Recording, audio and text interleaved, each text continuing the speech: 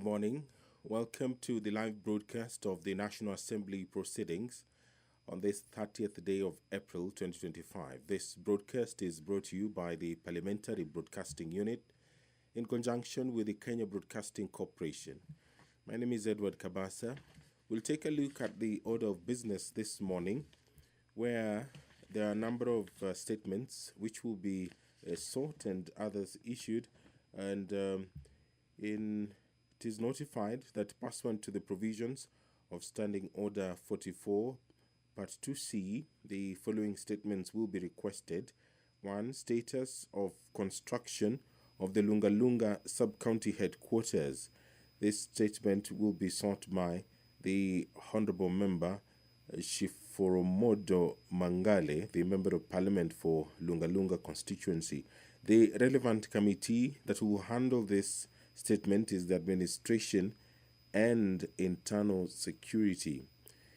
The second statement will be sought by the Honourable Member for Subukia constituency, Honourable Samuel Gashobe, and it's on the murder of Ms. Wanjiru Mutonga and the rise of insecurity in Subukia constituency. This statement will be delegated to the Administration and Internal Security. The Member of Parliament, David Kiplangat, the member for Soy constituency, will request a statement from the Education Committee regarding the plight of unemployed teachers aged 45 years and above. The Member of Parliament for Nyatika constituency will ask a statement on the infrastructure of Kenya Power within Nyatika constituency and power supply in the area. That statement will be requested to be handled by the Energy Committee. And then the Honourable Member Amina Mnyanzi will request a statement regarding the impact of the withdrawal of USAID funding on healthcare's financing in the country. The Member of Parliament for Kuresoi South constituency, Honourable Joseph Tunui, will request a statement regarding stalled construction of the Olunguruone Stadium. And the Honourable Member for Nandi County, Honourable Cynthia Muge, will request a statement regarding the welfare of Kenyans working in the Middle East. The Member of Parliament from Sambweni constituency, Faisal Bader, will also request a statement from the Lands Committee. The statement regards unyakuzi wa ardhi ya msikiti wa Kongo katika eneo bunge la Msambweni. The Member of Parliament for Chepalungu, Victor Koech, will also request a statement from the Tourism and Wildlife Committee regarding human-wildlife conflict in Chepalungu constituency. The Member of Parliament for Aldai constituency, Honourable Marian Kitanyi, will also request a statement regarding human-wildlife conflict in Chepkilot village in Aldai constituency. That statement will be requested by the Honourable Member for Aldai constituency, Marian Kitanyi. And there are statements which will be responded to. 1. The status of Maavoko water supply project. This statement had been requested by Honourable Joyce Kamene, the Member of Parliament for Machakos County. The relevant committee there is Blue Economy, Water and Irrigation.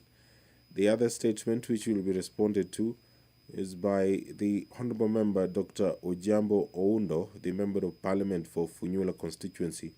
The statement is in regards to the operations of Kudura Power East Africa in Western Kenya. The relevant committee that will be responding to this statement is the Energy Committee. The other statement which will be responded to is by the Honourable Abdi Shurie, the Member of Parliament for Balambala.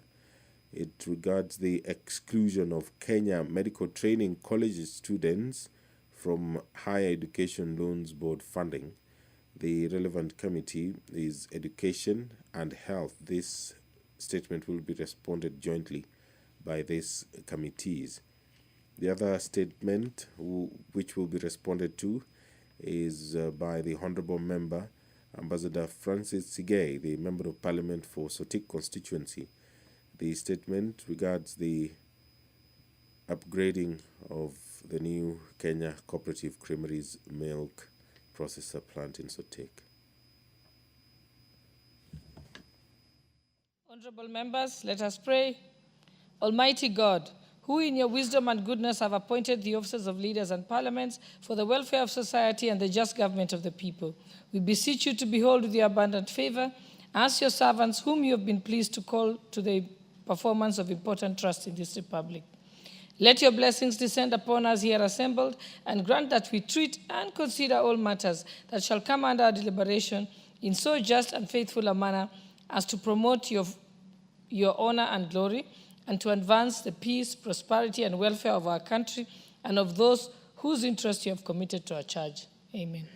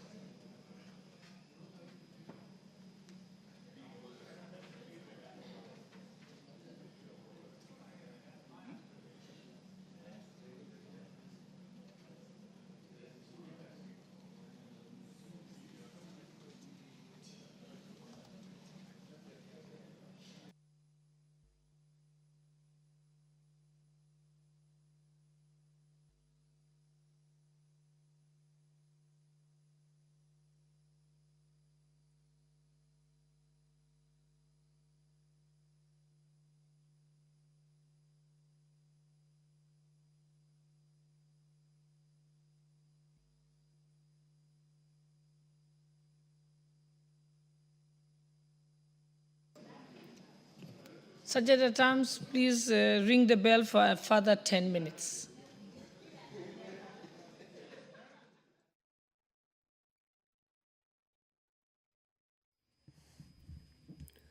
If you're just joining us, you're watching live pictures from the National Assembly chambers on this 30th day of April 2025. The members of Parliament are preparing to begin the business of the day. Quite a busy morning.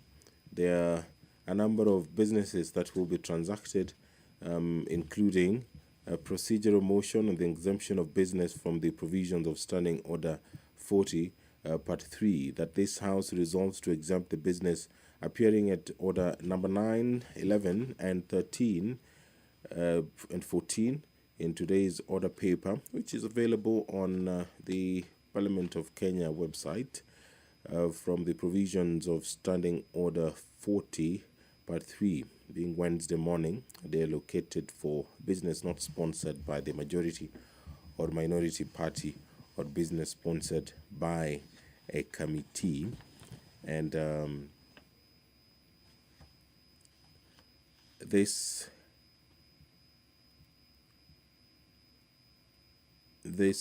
businesses include a motion on the report of the Committee of the Whole House on the Social Protection Bill, National Assembly Bill number 12 of 2025, and the question will be put. This bill was considered by the Committee of the Whole House, and the other is the bill on the Industrial Training Amendment, National Assembly Bill number 50 of 2024. This bill is courtesy of the Honourable Member Joshua Oron.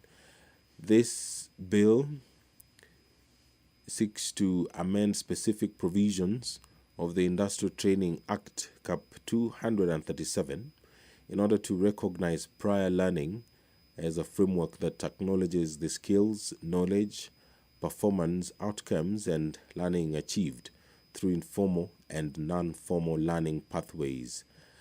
Prior learning recognizes the fact that people who work in formal, informal, non-informal, and even Juakali sectors gain knowledge, skills, expertise, and attributes through practice, and should have the opportunity for the recognition of their acquired knowledge and skills.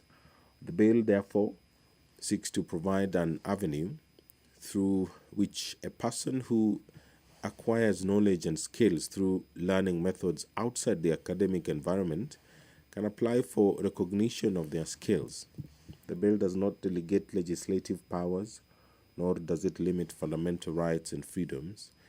The bill does concern county governments in terms of Article 110 of the Constitution. It will affect the functions and powers of the county government as set out in 4th schedule and relates to village polytechnics and homecraft centers. This bill is courtesy of the Member of Parliament, Joshua Odongo Orun. It appears at order number 10 in the order paper this morning. There will also be a special motion at order 11 on the consideration of nominees for appointment as members of the board of the Central Bank of Kenya. This motion will be moved by the co-chairperson, Joint Parliamentary Committee on the vetting of nominees for appointment as members of the board of the Central Bank of Kenya.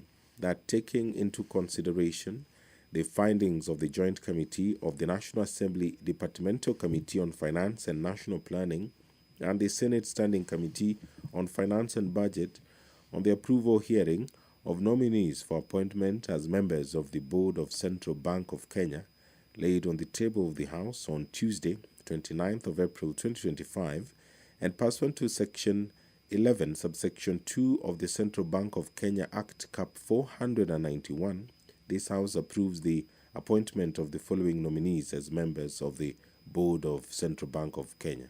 1. FCPA Sophie Moturi. 2. CPA Abdullahi Mohammed Abdi. 3. Ms. Beatrice Kosgei. And 4. Mr. David Simpson Osawa Owor. That motion will be moved by the co-chairperson, Joint Parliamentary Committee on the vetting of nominees for appointment as members of the board of the Central Bank of Kenya. And thereafter, the Committee of the whole House will convene and they will be considering various amendments to the Assisted Reproductive Technology Bill, National Assembly Bill number 61 of 2022. This bill is courtesy of the Honorable Member, Mili Odhiambo Mabona.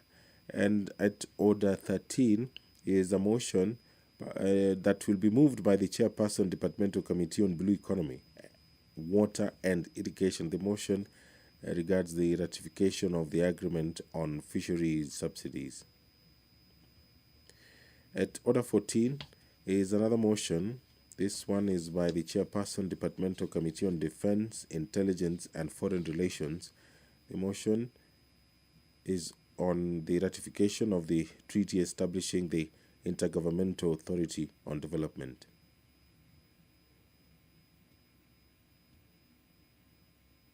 Number 1, administration of oath. Order number 2, communication from the chair. Order number 3, messages.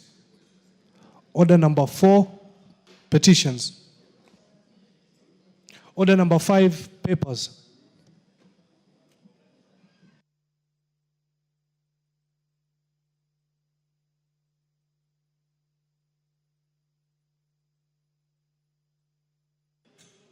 Majority Leader, are there papers from the Majority Leader?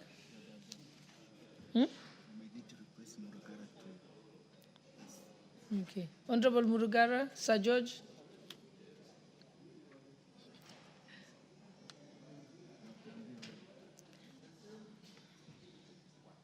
Honorable Murugara, are you tabling the papers on behalf of the majority leader? No, madam. Where are they? If they were near, I would table them.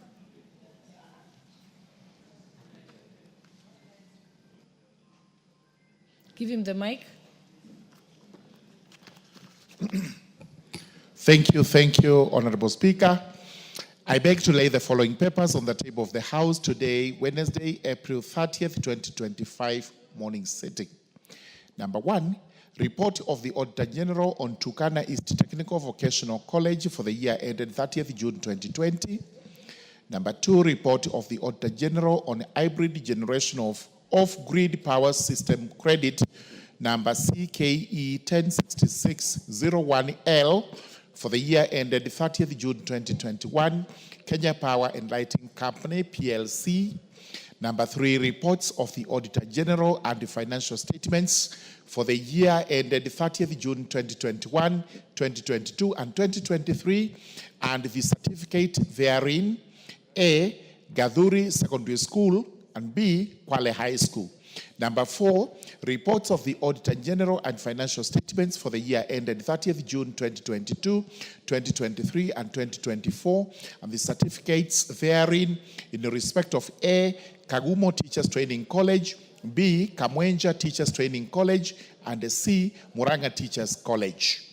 Number 5, the annual performance report for the financial year 2023-2024 from the Ministry of Defense.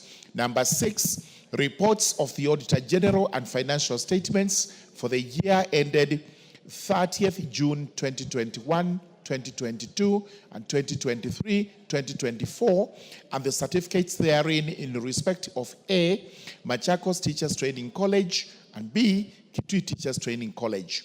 Number 7, report of the Auditor General on the National Government Constituencies Development Fund for the year ended 30th June 2024, and number 8, report of the third quarter for the National Government Constituencies Development Fund Board on the project's proposal approvals, disbursements status, and restrictions imposed on constituency account for the financial year 2024-2025. Thank you, Madam Speaker.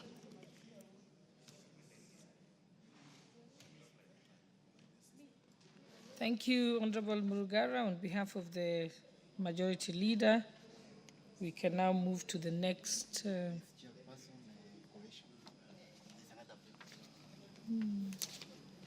Yes, I can see there is a paper also to be laid by the Chairperson of the Select Committee on National Cohesion and Equal Opportunity. Honorable Adan, oh, you're here. Thank you. Thank you, Chair. I beg to lay the following paper on the table of the House today, Wednesday, the 30th April 2025, the report of the Select Committee on National Cohesion and Equal Opportunity on Employment Diversity, the third report. Thank you.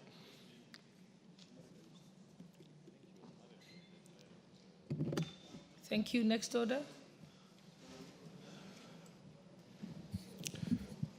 Order number 6, notices of motion.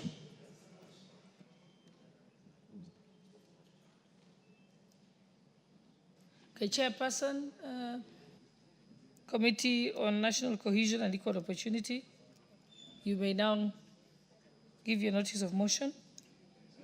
Honourable Speaker, I beg to give notice of the following motion that the House adopts the third report of the Select Committee of National Cohesion and Equal Opportunity on employment diversity audit in public institutions laid on the table of the House on Wednesday, the 30th April 2025. Thank you. Thank you. Okay, next order.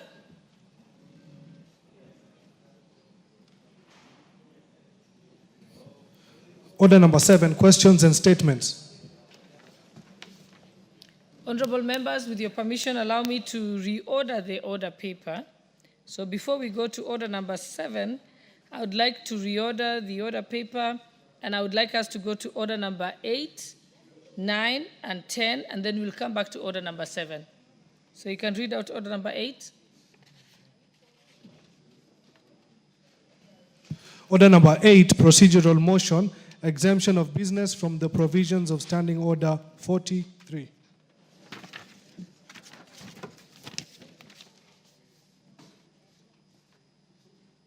Okay, the mover. Thank you, Madam Speaker. Madam Speaker, I beg to move that this House resolves to exempt the business appearing as order number 9, 11, 13, and 14 in today's order paper from the provisions of Standing Order 43, being a Wednesday morning, a day allocated for business not sponsored by the majority or minority party or business sponsored by a committee.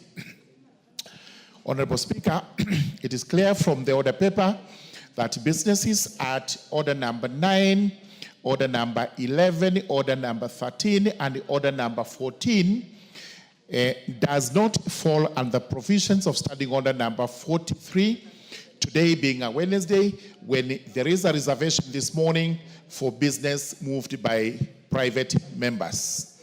These are very important matters that we have to discuss this morning in view of the fact that today we proceed on recess until the House resumes. It is for this reason that I do urge the House to allow that we exempt these 4 businesses on the order paper from the provisions of the standing orders on private members' bills and motions that are to be moved this morning so that we can deal with the 4 matters. With those remarks, I beg to move and request the Honorable Cynthia Muge, the woman member of Parliament for Nandi County, to second. Honorable Muge. Give her the mic. Thank you, Honorable Speaker. I second. Thank you.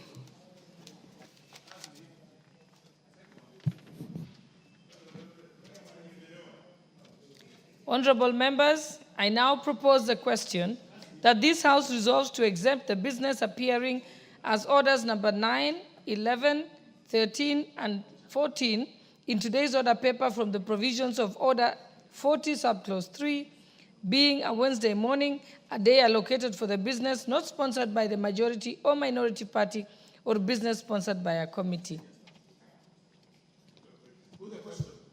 Okay, it's the mood of the House that I should put the question.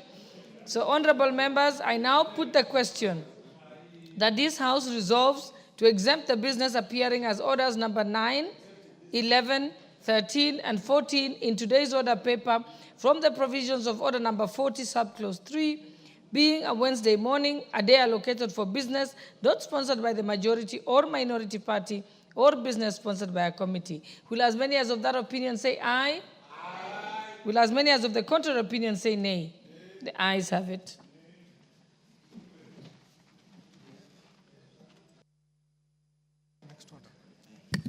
Order number 9, motion, report of the Committee of the Whole House on the Social Protection Bill, National Assembly Bill number 12 of 2025. Question to be put in third reading.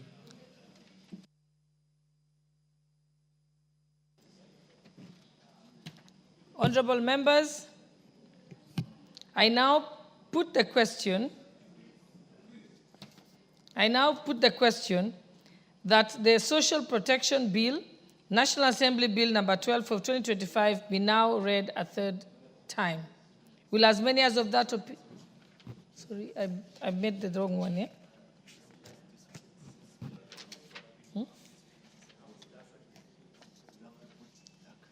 Honorable members, I now put the question that this House do agree with the report of the Committee of the Whole House on its consideration of the Social Protection Bill, National Assembly Bill number 12 of 2025. Will as many as of that opinion say aye? Aye. Will as many as of the contrary opinion say nay? The ayes have it. The mover of the bill, Honorable Osoro. Thank you very much, Honorable Speaker. Honorable Speaker, I beg to move that the Social Protection Bill, National Assembly Bill number 12 of 2025 be now read at that time. And I also ask the Honorable Member for Kwanza to second.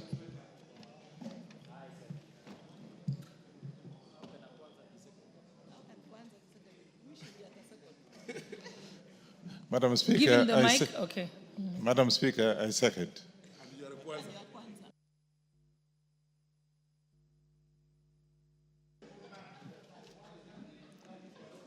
Honorable members, I now propose the question that the Social Protection Bill, National Assembly Bill number 12 of 2025, be now read a third time. May I proceed to the... You'd like? Okay, I'll give you a chance, Honorable Nikal. Thank you, Madam Speaker. I really appreciate that at long last we have got a social protection bill in place. But Madam Speaker, what I would really say is we must move, whichever ministry or authority is to implement it, because this is not the first time we're having a bill on social protection. There was one that was put with the late governor for Bomet, and actually it was passed, nothing never worked. And then we have a lot of social protection programs that are going on and are not coordinated. So I support that it be read at that time, but let us this time implement this bill when it becomes an act. Thank you, Madam Speaker.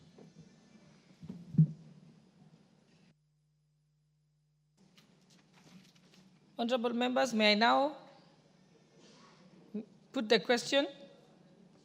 Honorable members, I therefore put the question that the Social Protection Bill, National Assembly Bill number 12 of 2025, be now read a third time. Will as many as of that opinion say aye? Aye. Will as many as of the contrary opinion say nay? The ayes have it. Honorable Millie Odhiambo, I was expecting you to say something.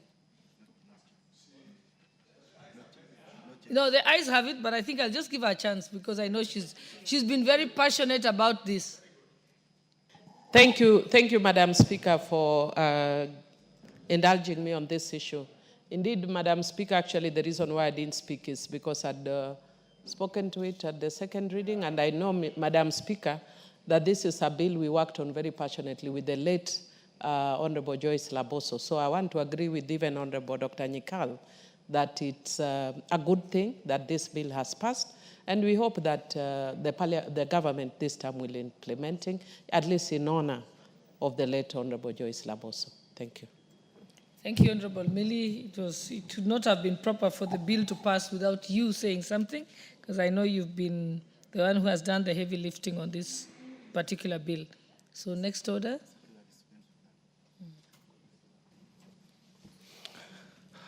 A bill for an act of parliament to provide a framework for the administration of non-contributory social protection interventions to establish the National Board for Social Protection and for connected purposes. Order number 10, the Industrial Training Amendment Bill, National Assembly Bill number 50 of 2024, first reading.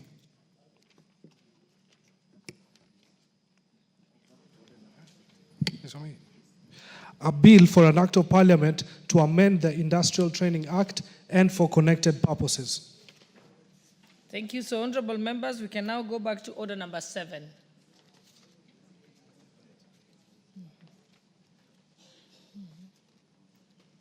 We can go to order number 7.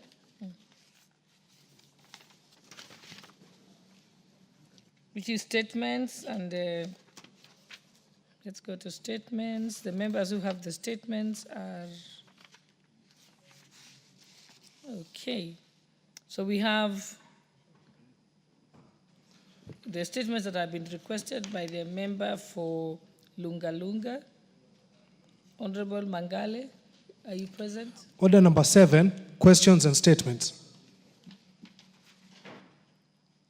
Member for Lunga Lunga? Okay, the member is not present, so we shall proceed to the next one. Member for Subukia, Honorable Gashobe. Thank you, Madam Speaker. I wish to request for a statement regarding the murder of Mrs. Wanjiru Nganga Mutonga and the general rise of insecurity in Subukia constituency. Honorable Speaker, pursuant to Standing Order 44.2c, I rise to request a statement from the chairperson of the Departmental Committee on Administration and Internal Security regarding the murder of Mrs. Wanjiru Ng'ang'a, alias Shilo, and the general rise of insecurity in Subukia constituency.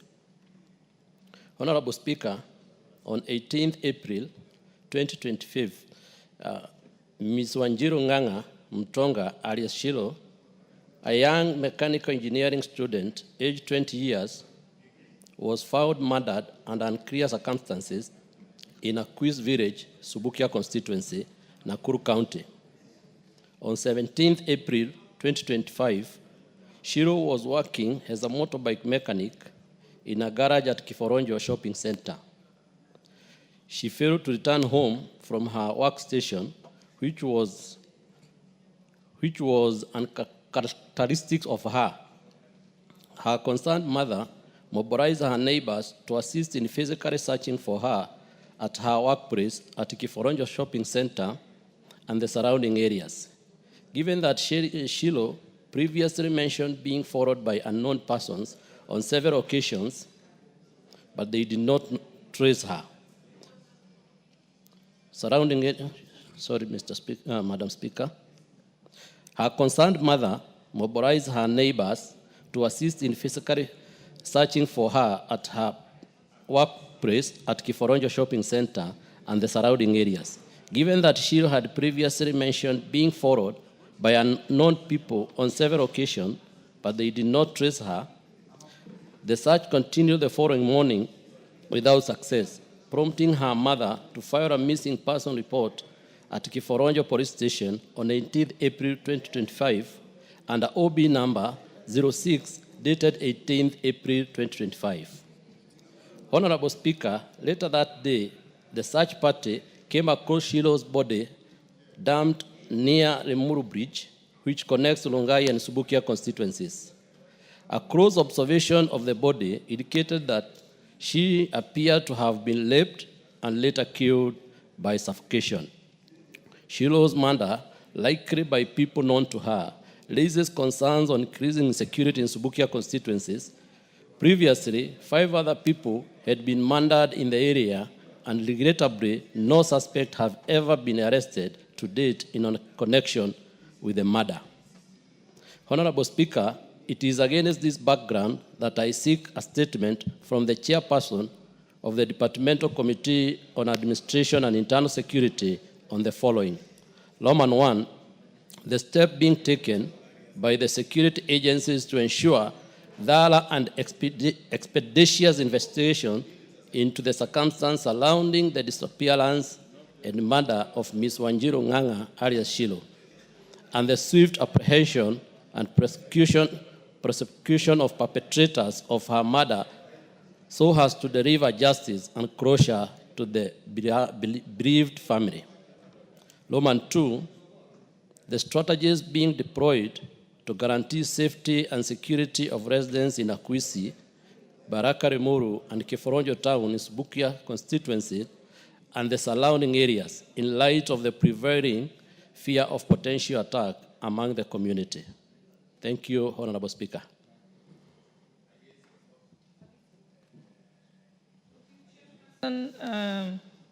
Committee on Administration and Internal Security. Boltongoya is not here.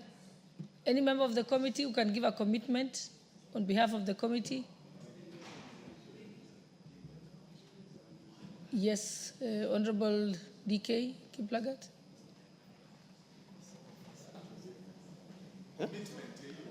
We need a commitment. Let Majority Whip can give the commitment, and I'll get to yours, Honorable Kiplagat. Much obliged, Honorable Speaker. You are all aware that we are proceeding for recess for a month. I can only commit 2 weeks after the recess. Okay, yeah. Thank you. All right, the next request for a statement is from Honorable David Kiplagat, member for Soi constituency. Okay, thank you, Madam Speaker, and sorry for that confusion. I think the whip was causing a lot of confusion. I thought I was to read my statement. Okay, request for a statement regarding the plight of unemployed teachers aged 45 years and above. Honorable Speaker, pursuant to the provision of Standing Order 42.2c, I rise to request for a statement from the chairperson of the Departmental Committee on Education regarding the plight of unemployed, trained, registered, and qualified teachers aged 45 years and above. Honorable Speaker, in 2019, the Employment and Labor Relations Court ruled that the age cap of 45 years imposed by Teacher Service Commission TSC for the recruitment of teachers was unconstitutional, discriminatory, as it violated the right to non-discrimination and denied deserving teachers the opportunity to serve for the remaining years until the retirement age of 60. The court ordered TSC to employ teachers above 45 years without age limitation. Honorable Speaker, despite the 2019 court ruling, many trained, registered, and qualified teachers aged 45 years and above continue to be discriminated against in recruitment. This group of teachers have been continuously applying for jobs, meeting all the recruitment requirements, but are still overlooked in hiring process. This happens despite Kenya facing a severe shortage of teachers, with over 110,000 vacancies reported in 2023, including a deficit of 72,422 teachers in junior secondary school alone. Yet more than 350 qualified teachers remain unemployed, significant number being above 45 years. Their exclusion from recruitment drive has fostered despair and disillusionment, calling for affirmative action by the TSC to offer them employment opportunities before they reach the mandatory retirement age of 60. Honorable Speaker, it is against this background that I request for a statement from the chairperson of the Departmental Committee on Education on the following. I hope the chairperson is listening. Okay. Yes. 1, a request on the number of registered teachers above 45 years who are currently not employed by TSC, indicating their year of graduation, year of registration, the current ages, and distribution countrywide, particularly the sub-counties within Uasin Gishu County. Yeah, and Bomet, no problem. 2, a report on the number of teachers aged 45 years that were absorbed by TSC in the recent recruitment, specifying their distribution, particularly in Uasin Gishu County. 3, efforts being made to implement affirmative action to address the plight of teachers aged above 45 years. And lastly, plans being put in place by the TSC to adjust the current recruitment framework with the aim of discouraging prolonged delays in employment and late entry into the profession. I thank you, Honorable Speaker.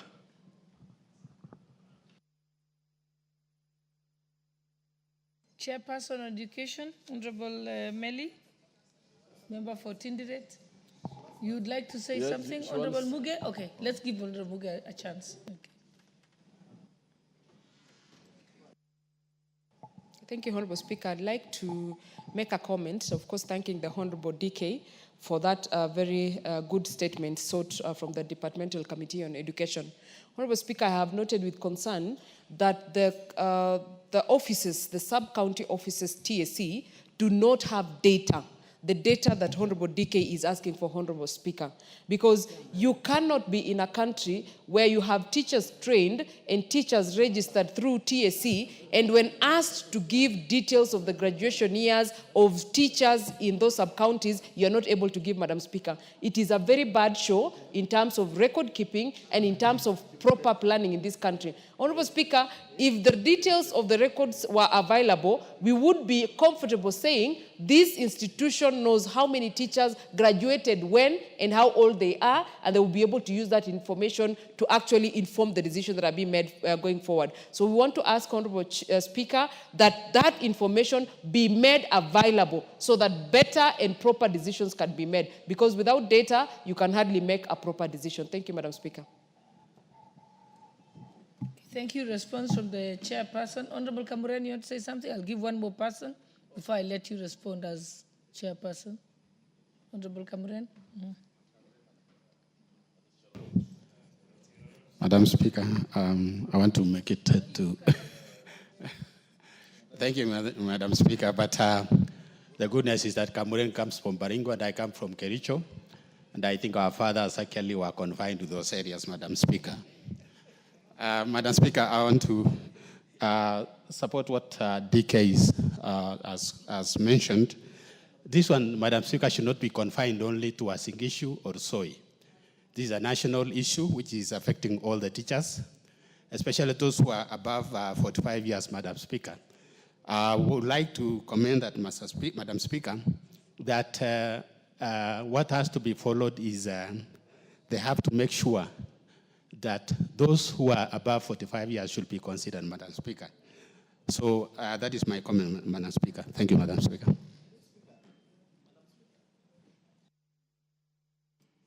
You want to have a second go, Honorable DK? It's okay, I'll just exercise my discretion and allow him. Yes, Honorable DK? Honorable Speaker, I think Mheshimiwa Cherot has made something in passing. This statement is for the whole country.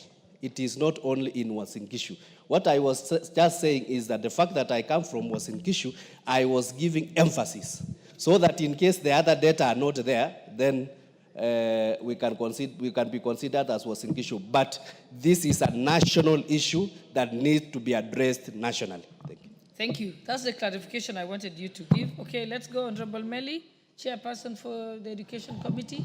Thank you, Madam Speaker. I want to thank the Honorable Member for raising this issue. This issue has been said a lot and several times by the Committee of Education, noting that a number of teachers, especially the under 45-year rule, have actually failed to be employed just because of that. And about, I think 3 years ago, the committee met and discussed the issue, and we made it clear that the teacher needs to be employed as much as, even if it is 2 years to retirement, he should be employed. However, this is an issue that cuts across the country, and I want to say that immediately we are back from recess, because we are going today, we shall be able to furnish this House with enough information, but I will request that the Teacher Service Commission themselves, we shall invite them, and I shall invite the Honorable Member and interested members to come before the committee and be able to interrogate this issue further, and therefore develop a very proper policy on employment of teachers, especially putting into regard the age. Thank you, Honorable Speaker.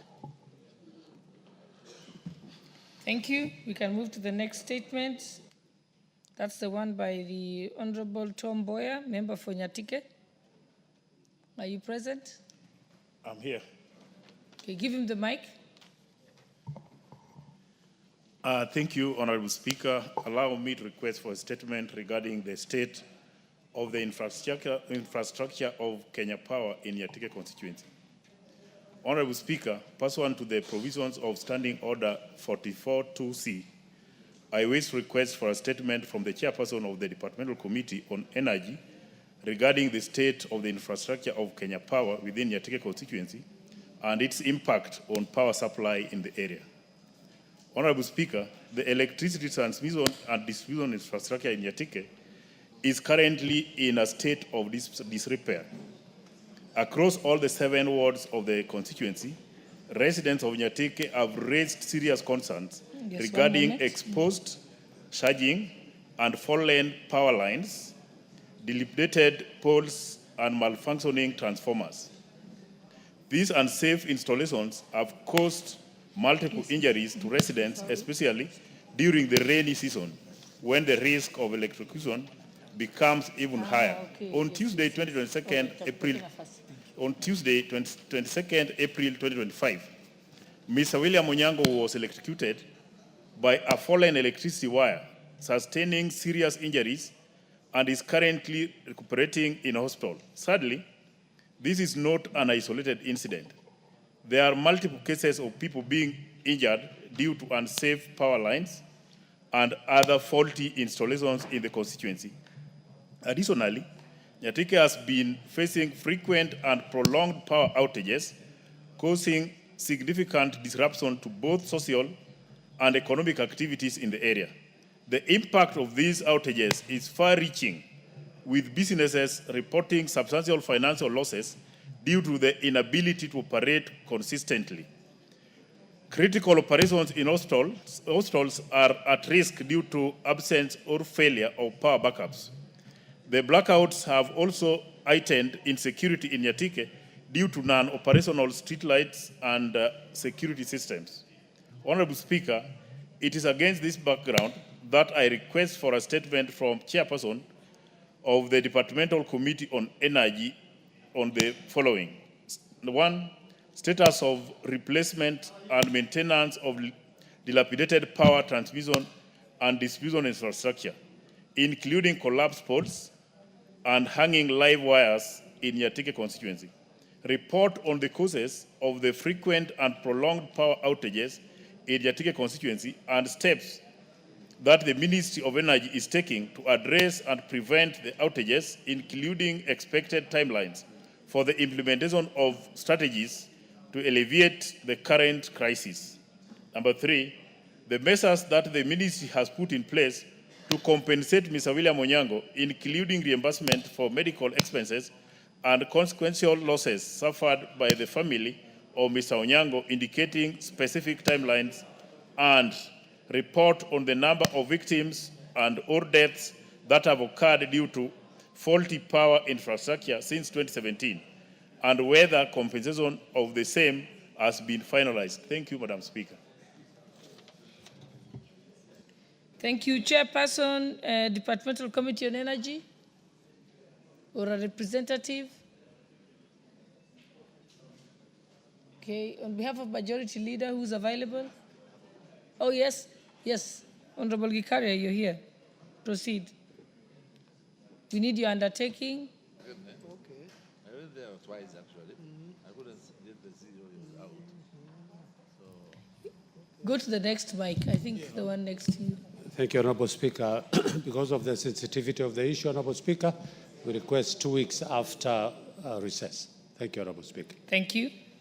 Okay, and honorable members, we shall go back to request for statement number 1, which was supposed to be given by Honorable Mungale, member for Lunga Lunga. I think he's now back in the House.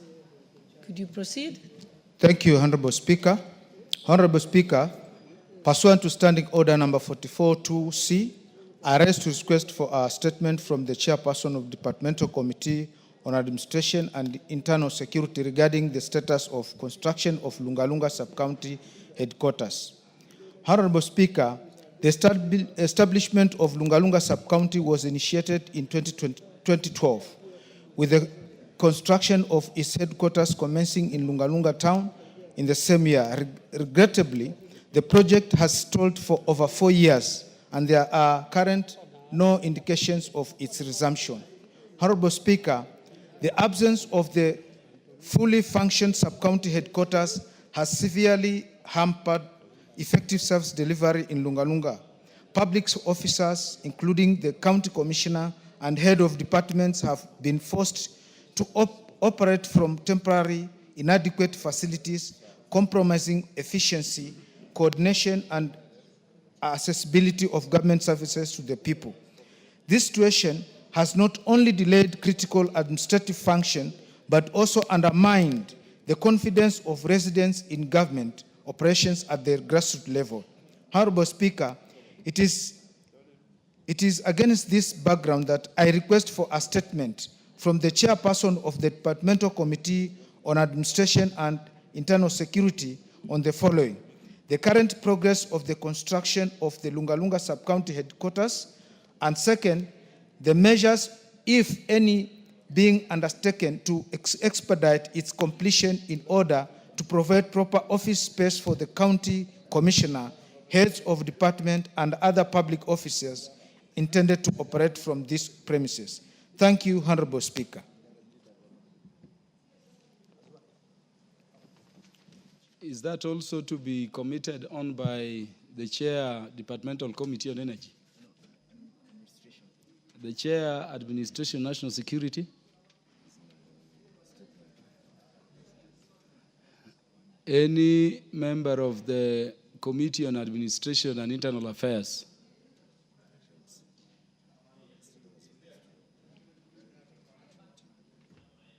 Yes, address the matter on behalf of the committee.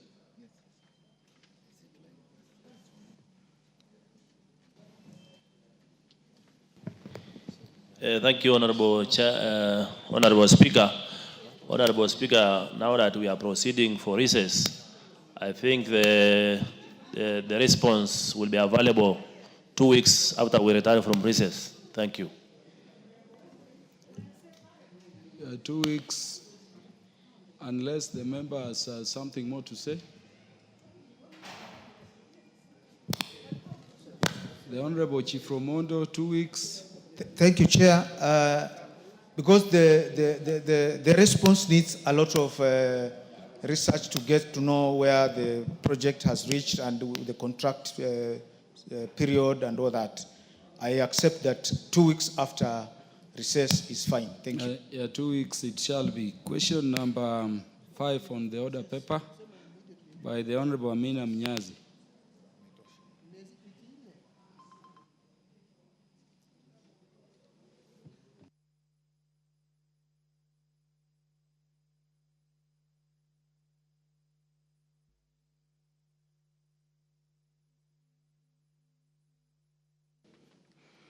The question number 5 on the list for statements is deferred until the member comes to the House or to the future. Question number 6, the question by Honorable Joseph Tunoi.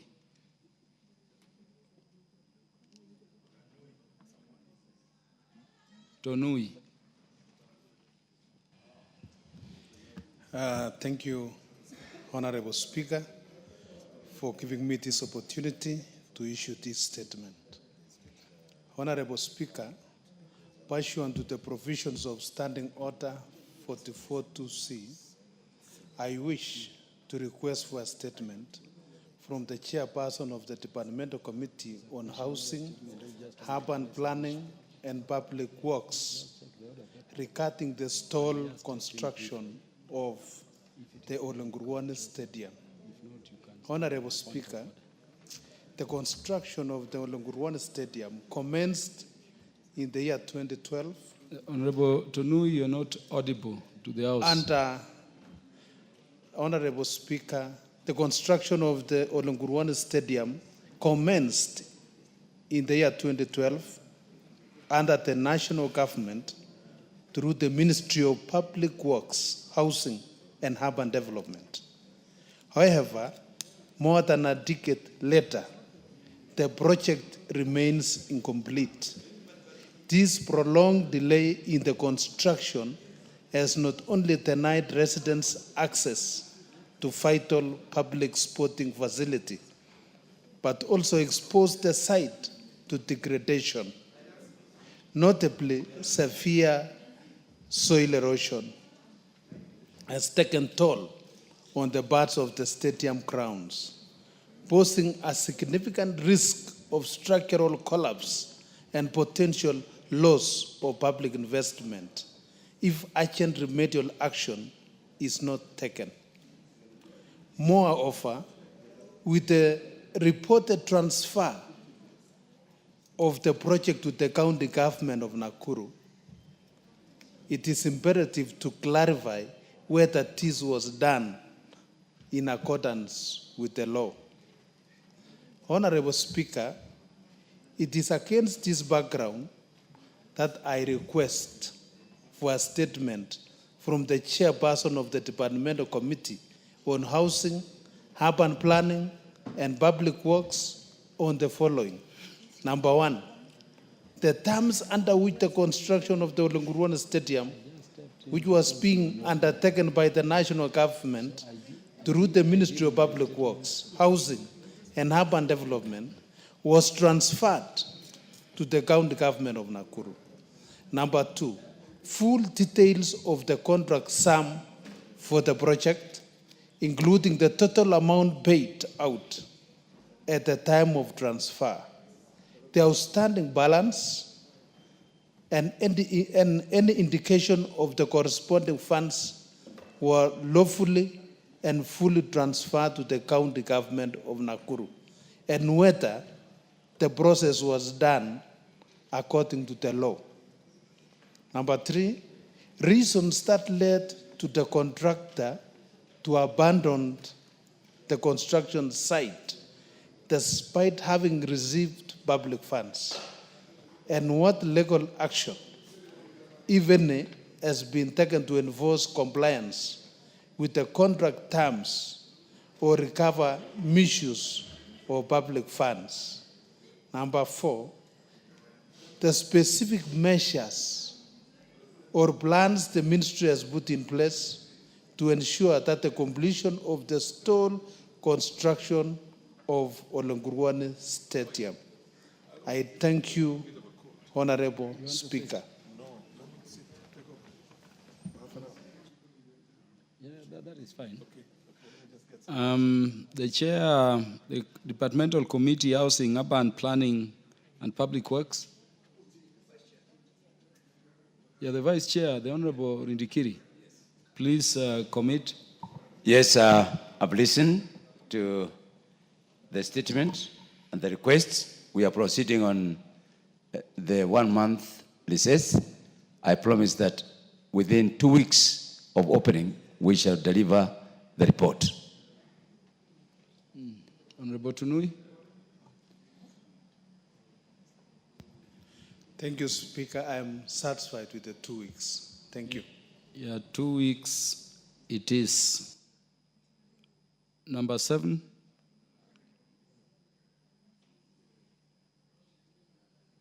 Question number 7, the question by Honorable Cynthia Muge, MP. Thank you, Honorable Speaker. Pursuant to the provisions of Standing Order 44-2C, I rise to request for a statement from the Chairperson Departmental Committee on Labor regarding the welfare of Kenyans working in the Middle East. Honorable Speaker, in November 2024, the Ministry of Labor and Social Protection launched a job recruitment program for connecting skilled and semi-skilled Kenyans with overseas employment opportunities, particularly, Honorable Speaker, in the Gulf countries. Those are Qatar, Kingdom of Saudi Arabia, and the United Arab Emirates. This program, which targets placing 21,000 Kenyans in overseas jobs in the first phase, Honorable Speaker, is part of Kenya Kwanza's broader strategy to address high unemployment rates, especially among the youth. Those are the people between 18 and 34 years old, which make 35% of the total population of this country. The Ministry, Honorable Speaker, contracted accredited private agencies, one of them being the Blue Wave International Services Limited, that was to facilitate recruitment to the UAE, and partnered with the Youth Enterprise Fund to provide soft loans that ranged from 185,000 to a tune of 650,000 shillings to cover for agency fees, the air tickets, the visas, the medical expenses. That is for the successful youth, Honorable Speaker. Whereas the ministry's initiative demonstrates a proactive approach to reducing unemployment by tapping into the opportunities in the global labor markets, several concerns have been raised about the process. Notably, Honorable Speaker, there are claims of exploitation and unethical practices during recruitment, where some private agencies charge illegal fees or mismanage funds meant for job seekers. The Honorable Rachel Nyamai, what is out of order? Honorable Speaker, I just noted that the Honorable Farah Maalim was sitting in the House. And though I've been around for long, I do not know the exact rule about eating in the August house. Actually, he has been eating nuts. The nuts are here.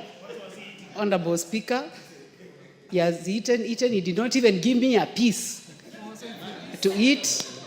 And he left the nuts here, Honorable Speaker. The nuts have been left here. I don't know whether for me to continue eating or to do what. So I just want to know, and also so that those who are in their first term can learn, is it allowed to eat, Honorable Speaker, in the August house? Thank you, Honorable Speaker. The nuts are here, evidence presented to you. Exhibit, Honorable Speaker. Farah Malim, understanding order number 1, the Speaker directs the Sergeant at Arms to take that foodstuff out of the plenary. And I'm doing this not only under the rules, but also for you are choosing to eat alone. Honorable Rachel Nyamai is sitting near you. The minority whip, the Honorable Millie Odhiambo. Thank you, Mr. Speaker. Mr. Speaker, I'm just concerned about the fact that you have done this under standing order number 1, which is discretionary of the Speaker. How sure are we that you are not yourself going to partake of the nuts as the Speaker? You are challenging the discretion of the Speaker, and that is not permitted. In fact, it could be disorderly minority whip. The Speaker has directed that the nuts be taken away from the plenary by the Sergeant at Arms, and the Speaker has reasonable means to buy own nuts. The Speaker certainly is not going to pursue those nuts. Where are we?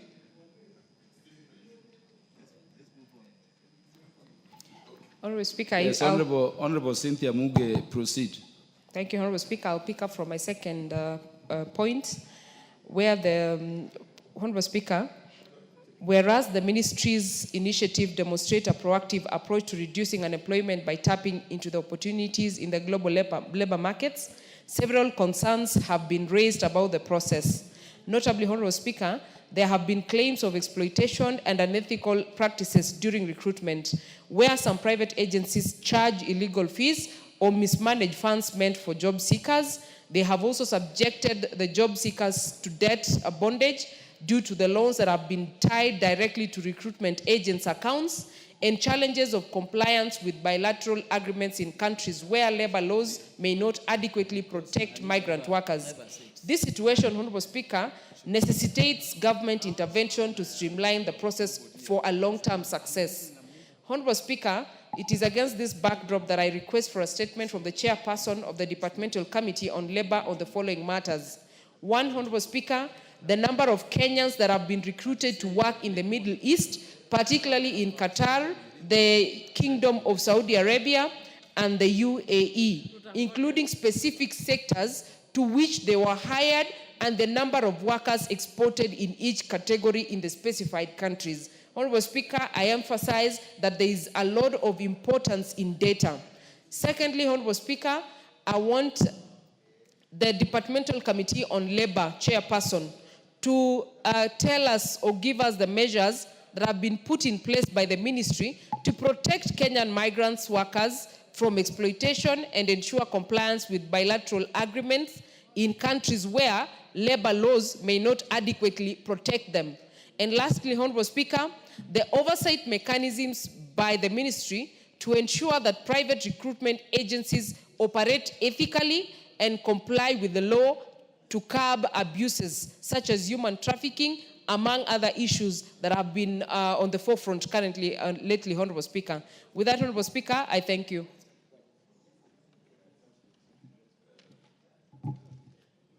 The chair of the Labour Committee. Yes. Are you responding on behalf of the chair, or you have? No, I'm commenting. You have a comments before the chair takes.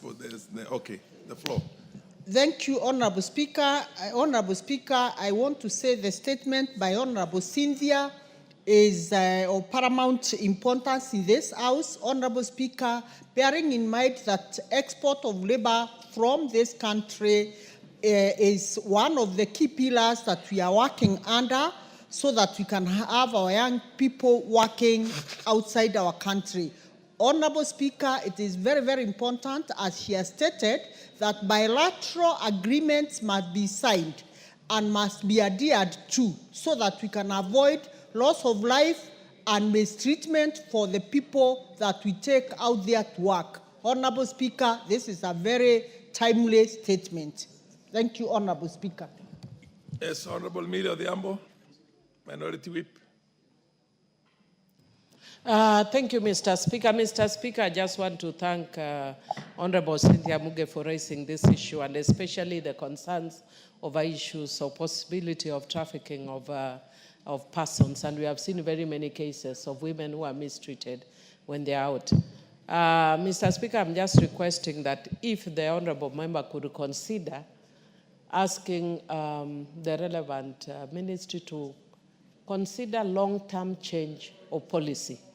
Many countries with the migrant workers are working towards employment opportunities at home. If you go to the Philippines, everybody who wants to get elected gets one, their agenda is how to see their own people back home. They are moving away from sending their people home, away from home, but we are doing a deliberate policy to send people away from home. Can we consider, is it something that you can consider as a policy, if it could be raised, of creating jobs at home, however humble they are? Thank you.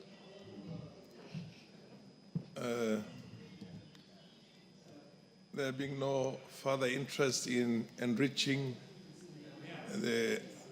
yes, the Honorable Chair of the Proceedings. Honorable Speaker, I want to echo what Millie has indicated.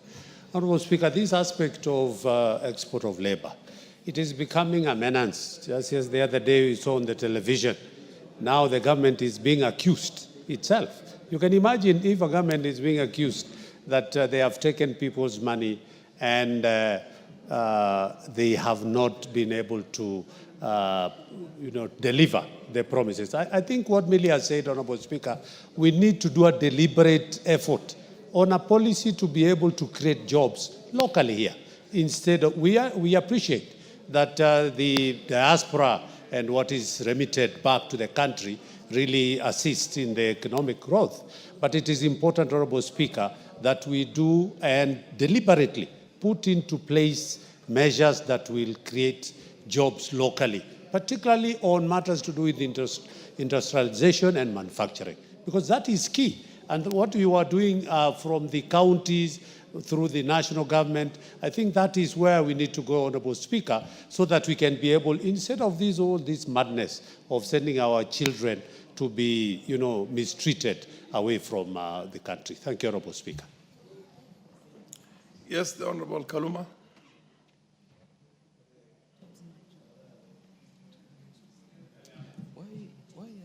Can you give Honorable Kaluma the mic? I thank you very much, Honorable Speaker. Honorable Speaker, I'm just from a meeting by IMF and World Bank, where it was confirmed that by 2035, barely 10 years from now, we'll be having a population surge of 1.2 billion young people seeking opportunities for jobs. In the globe. Across the globe. And the numbers are even bigger in developing countries.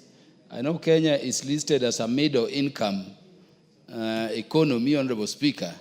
And I'm emphasizing this because I saw the President mention somewhere in China that unlike other East African community nations, Kenya is a middle income economy. The others still remain listed as least developed countries, and then the media was running around saying that is undermining the other states. That, of course, is the fact, and Kenya is at a disadvantage because of that categorization as a middle-income state, as the President explained. But, Honorable Speaker, the consequence is that we may not have sufficient engagement or job opportunities for our young people. And this would necessitate that where our young population is surging, they will be seeking opportunities in states where the older population are the majority.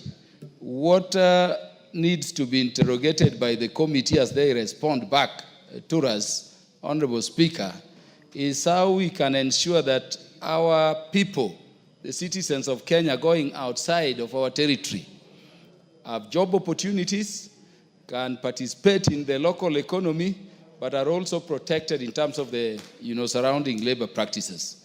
And I think this should not be looked at just in terms of the Middle East, but globally, all across. Otherwise, Honorable Speaker, this current administration, I have to commend the president. He's doing very well. When I was in Washington, I was shocked. From Moma Bay Town constituency alone, in the last 1 year, over 17 primary school teachers who upgraded their levels of studies to graduate have gone to the United States. And then teachers who are struggling, sometimes without even adequate fare, are driving me around Washington, around Virginia, around Maryland. So we must avail ourselves of those opportunities and encourage government to create these opportunities, but on properly regulated, terms, so that our citizens can meaningfully engage while they are also safe wherever they are. I thank you, Honorable Speaker. I think the previous, the Honorable Gakuria, and for the benefit of the House, maybe one needs to see the thin line between labor export and brain drain. When you export out of the country drivers and security guards and maids, I mean, how much is that a brain drain? That's not a brain drain. And it's important that the nation, in my opinion, the chair notes that there's a need for both protection for the people who go there for casual purposes and they do not need any skills, but at the same time, to see if some of the skills can be retained in here, particularly for industrialization. But I don't know how much of that industrial labor, blue collar, cadre, goes to the Middle East to go and work in industries in the Middle East. Yes, Honorable Adan of.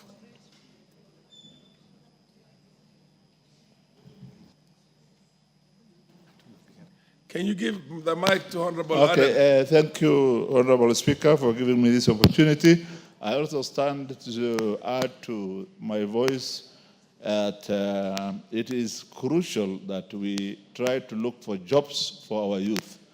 Currently, the number of youth out of school, those who finished universities with certificates, those who finished other lower cadre colleges with diplomas, those who dropped out of school at maybe primary and secondary school level, who are in every household in this country is seriously alarming. Looking at our environment, I am not seeing in the near future where we can create adequate jobs for all these youth. So this issue of looking for jobs outside the country is very crucial. Even if they don't remit back anything to this country, even if they only take care of themselves wherever they are, feed themselves, feed their families, just to themselves, that itself is very, very important. And when we see, as you said, the number of people going out there or looking for these jobs, and the jobs which are available there, there's no opportunity of what we call a brain drain. We already have too many brains in this country to fit into the economy of this country. So even if we send to other countries a few of those very highly skilled people out there, we still have many more in the country who can satisfy the market within the country. And therefore, much as it is very important Honorable Adan, this is now a debate. You need to raise issues that you think will enrich the statement that is sought. Don't debate the matter. Madam Muge has asked for a statement. If you think you have additional information to include into that so that the chair can take note of that, and when the chair is responding, is able to encompass all that. That is the sense of allowing a few more people to partake in this statement thought. But the only thing I will add is that when the chair is looking at this issue, there should be very stratified objectives of making sure that the Kenyans who are going out, their safety, their security, and their working environment should be satisfied and corrected. Thank you. That's noted. Madam Nyamai, you have something to add to? Yes. Yes. Thank you very much, Honorable Speaker. I would like to add my voice to this matter that has been raised by the Honorable Cynthia Muge, which is extremely important, Honorable Speaker. And the biggest concern, Mr. Speaker, is our children, the children that we are seeing out there, or our young people out there who are suffering in the Middle East. And I think what I would encourage the committee to do is to encourage the Ministry of Labor to get more involved, especially with the private agencies, because I think that is where the problem is. They must be regulated by government. I think this is something that the committee must look into, and also try as much as possible to monitor them when they get there, evaluate the places where they go, and ensure that even the country is able to benefit from them through the remittances and also some form of giving back to the country through taxation. Although these days people seem not to like the word taxation, but I believe that we are producing more graduates than we can absorb. So to me, this jobs maju is a big idea from the president, and we must laud government for it. Yeah, Thank you, Honorable Speaker. Honorable Oundo, and then the Honorable, yes, the Lady Martha, yes. Please be very brief and just, if there's any gap that was left you feel that should be included in the statement. Thank you, Honorable Speaker. And, just add that. I just request the committee, the chair of the committee, while responding to the matter, they need to be very deliberate in their answer. And you have clearly said there's a difference between dumping excess labor and brain drain. Indeed, what we are doing currently, going to Middle East, this dumping excess labor, they were promised jobs, and it was all stories. Now they have been left on their own. All they can do is to go and suffer outside there. We need to stratify those who are in the Middle East. What's the cadre of the jobs they are doing? Are they manual jobs? Are they intellectual stimulating jobs? What kind of jobs are they doing? So that we just don't simply pick all the hustlers that were promised jobs and they have been dumped, so they are being dumped in the Middle East. Thank you. Yes, the Honorable Martha? Yes, it's you.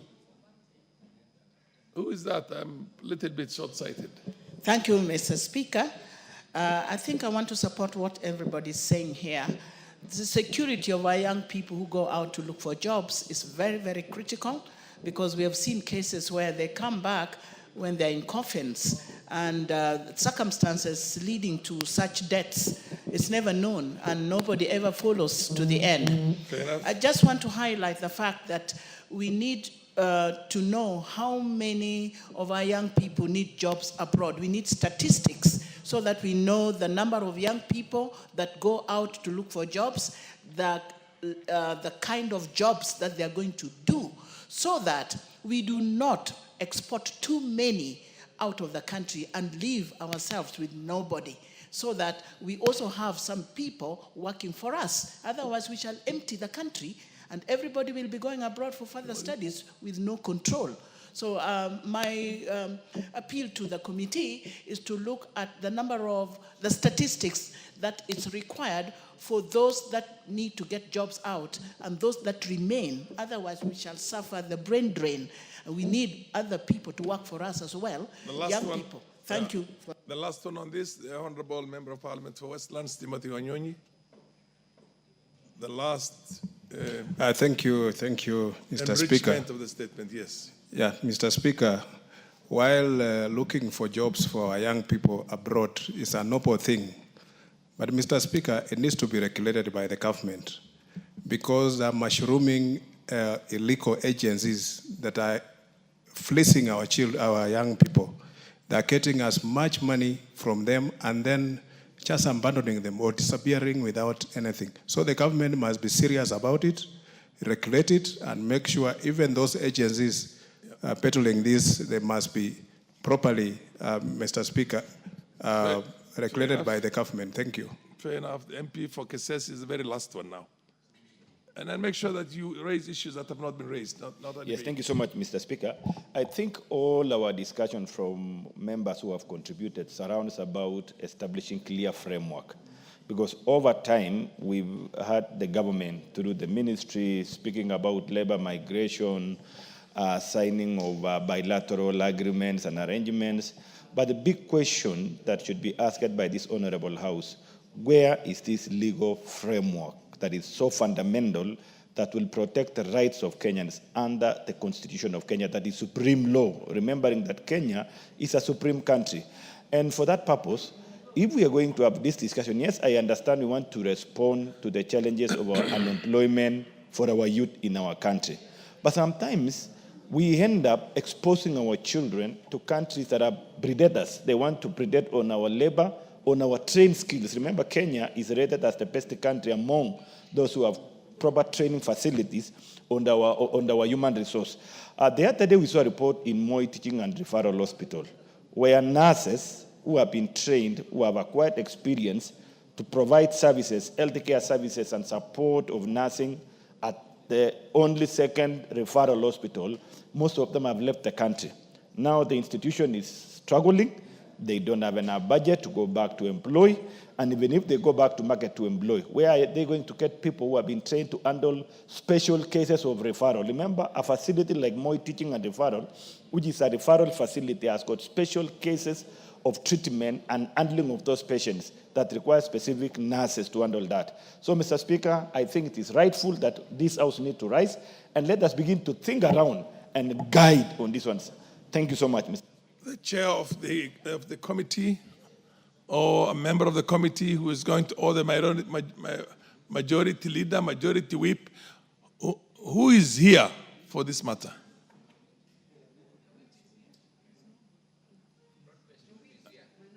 We don't have the majority leader, ML, the minority leader, the deputies.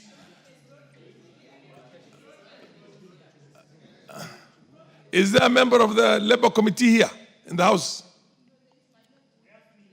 Millie, can you now take this responsibility on behalf of the House? Because you have a collective responsibility. And I presume now that you have a broad-based government, you should be willing to take certain responsibility for your colleagues in the government. Thank you, Mr. Speaker. Mr. Speaker, we have a broad-based arrangement. And within that broad-based arrangement, Mr. Speaker, I'm speaking carefully as a lawyer. And within that broad-based arrangement, Mr. Speaker, I undertake that this matter will be responded to within 2 weeks of return because of its urgency. Within 2 weeks? After we resume. Okay, fair enough.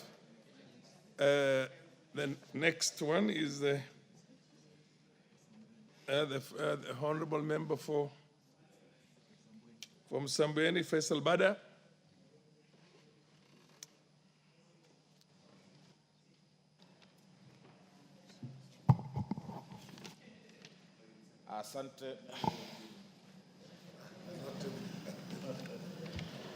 Asante Mheshimiwa Spika. Nimesimama kuweka ombi la kauli kuhusu unyekuzi wa ardhi ya msikiti wa Kongo. Mheshimiwa Spika, kwa mujibu wa kanuni za kudumu 44(2) cha, nasimama kuomba kauli kutoka kwa mwenyekiti wa kamati ya kiidara ya ardhi kuhusiana na unyekuzi wa ardhi ya umma ya msikiti wa Kongo katika eneo bunge la Msambweni. Mheshimiwa Spika, msikiti wa Kongo una dhima ya kihistoria na kidini kwa kuwa ulijengwa katika karne ya 14 ya awali na Wajemi. Mheshimiwa Spika, Wajemi ni Persians. Msikiti huu ulitambuliwa kwa mara ya kwanza kama kumbukumbu la kitaifa na serikali ya kikoloni mnamo mwezi Juni mwaka wa 1927. Baada ya Kenya kupata uhuru, msikiti wa Kongo pamoja na ardhi inayoizunguka ulitangazwa rasmi kuwa kumbukumbu la kitaifa lililolindwa chini ya sheria. Hata hivyo, mnamo mwaka 1986 inadaiwa kwamba watu fulani walishirikiana na maafisa waandamizi wa serikali kutekeleza njama ya kumilikishwa ardhi hiyo kwa rais wa wakati huo, hayati Daniel Toroitich arap Moi, kwa njia ya udanganyifu na isiyo ya halali. Mnamo mwaka wa 2009 akiwa amestaafu, hayati Rais Moi alifahamishwa kuhusu umilikishaji huo usio halali, na kwa hiari yake alirejesha hati miliki ya ardhi hiyo kwa msajili wa hati. Hatua hii ilipelekea kubatilishwa kwa hati miliki hiyo na kurejesha hali ya umiliki wa ardhi hiyo kuwa ya umma kama ilivyotambuliwa tangu mwaka wa 1927. Mheshimiwa Spika, kutokana na hatua hizo, serikali ilitenga ardhi hiyo kwa manufaa ya jamii ya Waislamu wanaoswali katika msikiti wa Kongo na kutoa hati mbili. Hati nambari 55034 kwa msikiti wa Kongo na hati nambari 55035 kwa kituo cha Kiislamu wa Kwale. Serikali iliteua katibu mtendaji katika Wizara ya Hazina ya Taifa kuwa mdhamini wa hati miliki za ardhi hiyo. Mnamo mwaka wa 2012, aliyekuwa waziri mkuu wakati huo, Mheshimiwa Raila Odinga maarufu Baba, alizikabidhi hati miliki hizo kwa jamii nufaika. Mheshimiwa Spika, mnamo mwezi Machi mwaka 2025, jamii hiyo ilishangaa kugundua kuwa kipande hicho cha ardhi kilikuwa kimetangazwa kuuzwa kwa bei ya shilingi bilioni 1,445,000. Watu wanaodaiwa kumiliki ardhi hiyo ni Bwana Mohamed Hamisi Mwachumba na Bwana Ali Mwadarashi Mwagariche, wanaodai kuwa walipata hati miliki ya ardhi hiyo tarehe 17 Februari mwaka 2025. Jambo ambalo linastabisha, ikifahamika kwamba ardhi hiyo imekuwa ya umma tangu mwaka wa 1927 na kudumishwa baada ya Kenya kuwa nchi huru. Mheshimiwa Spika, ni kutokana na hali hii ndipo ninaomba kauli kutoka kwa mwenyekiti wa kamati ya kiidara ya ardhi kuhusu masuala yafuatayo. 1. Maelezo kuhusu namna ambavyo ardhi ya msikiti wa Kongo inayojulikana kuwa ya umma na iliyotangazwa kama eneo la kumbukumbu la kitaifa lililolindwa ilisajiliwa kwa umiliki wa kibinafsi. 2. Hatua zinazochukuliwa na Wizara ya Ardhi pamoja na Tume ya Kitaifa ya Ardhi kukabiliana na unyakuzi huu wa ardhi ya msikiti wa Kongo. 3. Mikakati iliyowekwa kulinda eneo hilo kama kumbukumbu la kitaifa linalolindwa. Na 4 na ya mwisho ni maelezo ya kina kuhusu jinsi wizara pamoja na Tume ya Kitaifa ya Ardhi zinavyokusudia kuwezesha kurejeshwa kwa ardhi hiyo kwa wamiliki halali ambao ni jamii ya Waislamu wa msikiti wa Kongo. Asante Mheshimiwa Spika.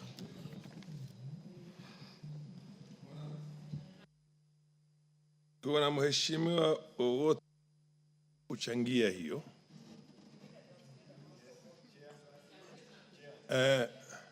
Mheshimiwa dada yetu kutoka sehemu hizo pia Mombasa nafikiri. Basi asante sana Mheshimiwa Spika kwa kunipa fursa hii. Nami pia nibaki katika kumbukumbu za bunge hili kuunga mkono hoja iliyoletwa na Mheshimiwa mbunge wa Msambweni ambaye ametoka katika constituency mojawapo ambayo mimi pia ninamiliki.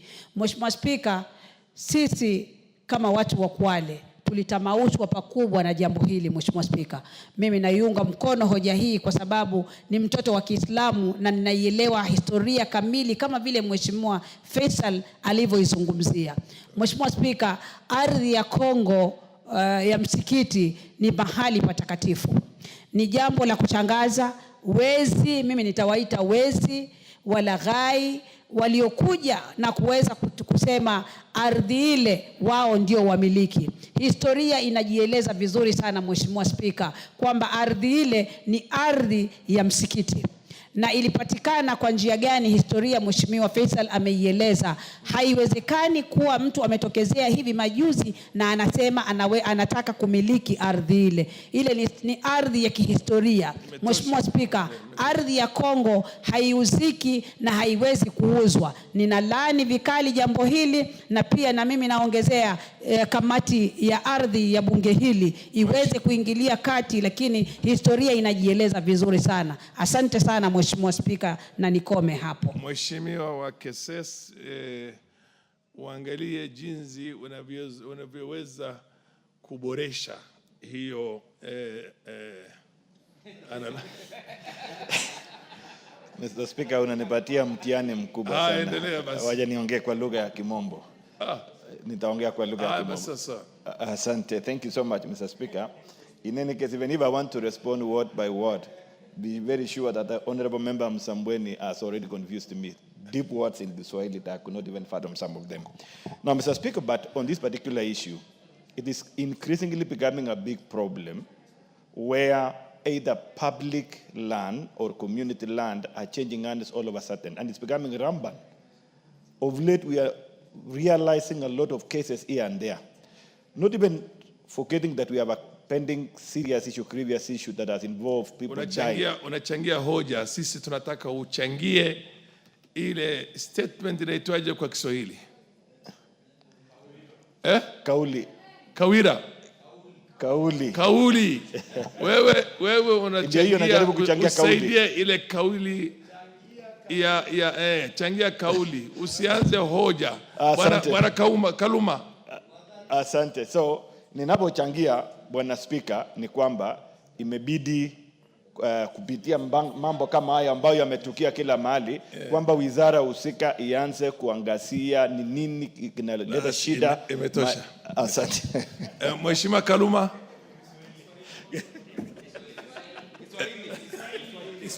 Inaitwa nidhamu kwa Kiswahili, point of order.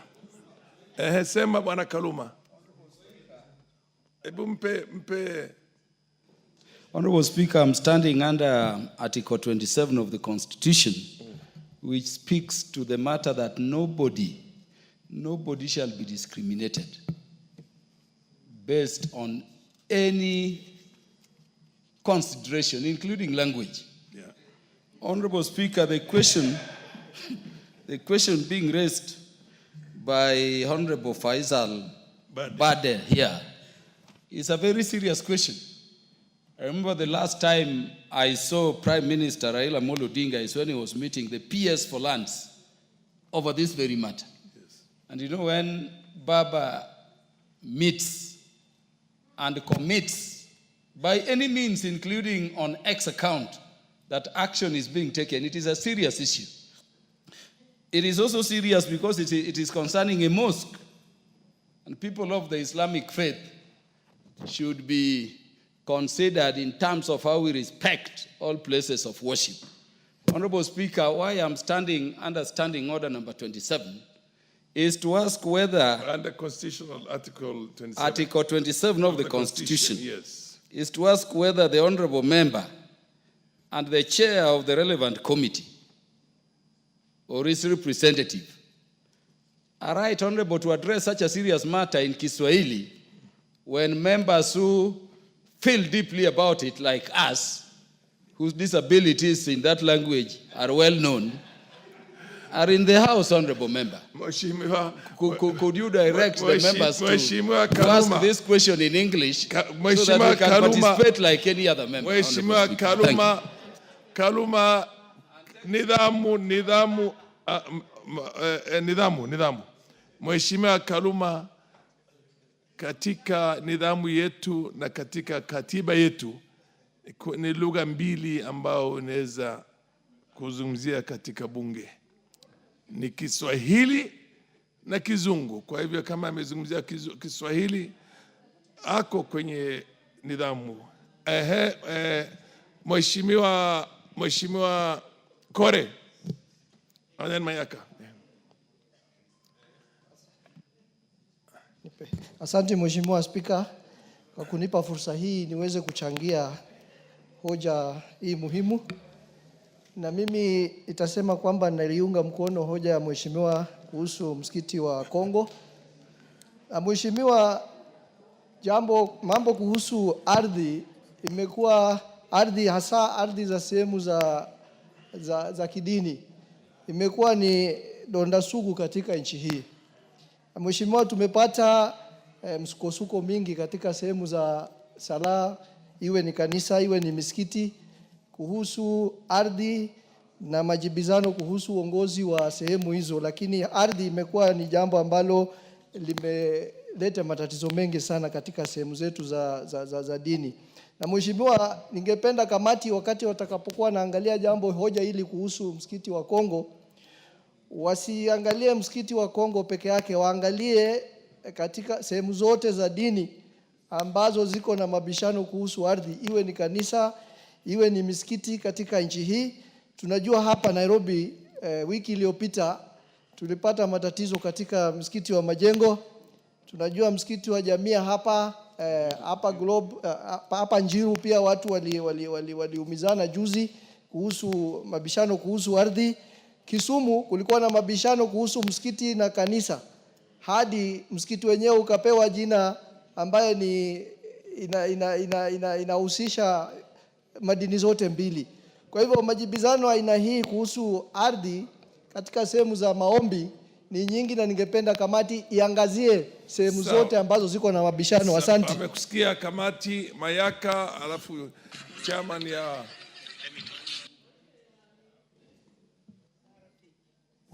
Asante sana Mheshimiwa Spika.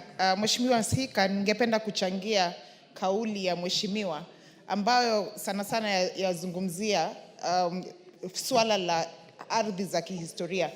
Mheshimiwa Spika, ardhi za kihistoria na ardhi za kidini ni mambo ambayo kamati ambayo inaitwa National Heritage ama kamati ya kukuza kitaifa inafaa iangalie kabisa swala hili, na inafaa ya kuwa tuwe na sera ama policy ili tuweze kujua kama taifa, katika taifa letu la Kenya, ni wapi ambapo tuko na ardhi za kihistoria ambazo hazijateuliwa, ambazo hazijalindwa, ambazo hazijazingatiwa kwenye sheria, ili tuweze kuhakikisha ya kwamba zimekuwa na ulinzi ambao uko tafakari kabisa. Kwa hivyo Mheshimiwa Spika, nashukuru mheshimiwa huyu kwa kuleta kauli hili, na ningependa kwamba kamati ambayo itaenda kuangalia jambo hili liweze kuangalia ni sera gani ambayo tunaweza leta ili tupate swala hili la ardhi za kihistoria kuweza kutatuliwa kihaswa. Asante sana Mheshimiwa Spika. Mheshimiwa, alafu kisha tutamsikiza mwenyekiti wa kamati. Mheshimiwa Spika, mimi ningependa kuchukua nafasi hii ili niweze kuunga mkono hoja hili ambayo imeletwa na Mheshimiwa Faisal. Mheshimiwa Spika, mambo ya ardhi katika nchi hii imekuwa chanzo ya watu kuuana, imekuwa chanzo ya watu kunyakua ardhi ambayo si yao, ardhi ambayo ni ya community. Na Mheshimiwa Spika, mimi kwangu nimeongea na Mheshimiwa Faisal hapa, na nimewahi kuuliza yeye ni kiasi gani ya hili shamba imenyakuliwa, na ameniambia miaka 16. Bwana Spika, hili ni jambo ambalo hata inasidi wale ambao wanahusika, kamati ambao wanahusika na hii. Na Bwana Spika, mimi ningependa kupendekeza ya kwamba waziri wa ardhi mwenyewe aweze kufika hapa baada ya likizo ambayo tunaelekea leo. Bwana Spika, hili ni jambo ambalo ni gumu sana, kwa sababu hata mashule mengine, hata kwangu kuna watu ambao wamenyakua shamba ya shule huko kwetu, na hili ni kitu ambacho lazima serikali ishughulikie kwa njia ambayo inatakikana. Kwa hivyo Mheshimiwa Spika, mimi napendekeza ya kwamba waziri wa ardhi mwenyewe afika hapa ili aweze kutueleza mambo mengi ambayo inahusu ardhi. Mheshimiwa Nyikal, alafu kisha tutamsikiza mwenyekiti. Kidogo mwenyekiti, tumsikize mheshimiwa Nyekaro wa mwisho. Thank you, Mr. Speaker. Wa kujaribu kuboresha. Mr. Speaker, I just want to the committee to look at a much deeper question relating to land. The problem is so much that the documents that we use for land procedures and processes are no longer look valid. When the committee is looking at this, can they really look at documents like a search certificate? What does it mean you have a search certificate and then later on you find that the search certificate did not reveal all the details about the land? Why then should citizens pay for that certificate? Two, what we call titles. People have titles and yet transactions can go on and later on the title is found to be invalid. Where, and these are government documents.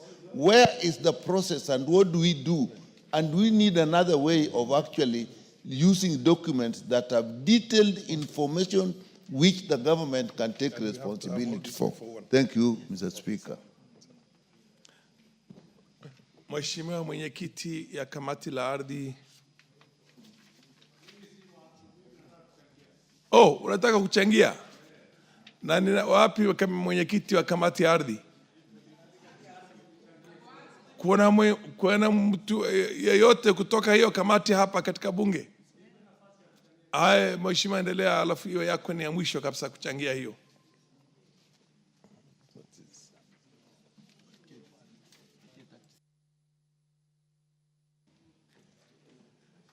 Mheshimiwa Spika, nashukuru kwa kunipa nafasi hii. Mwanzo nichangie ndugu yangu Faisal kwa ile mambo ambaye amesema. Lakini Mheshimiwa Spika, kitu cha kwanza ambaye sijui katika ombi ya hiyo request yake kama alisema, Mheshimiwa Spika, hatuwezi kuwa na land officers ambaye wanashiriki kwenda kufanya maovu haya ambaye anakuja kubadilisha hata kunyakua misikiti na ardhi za makanisa.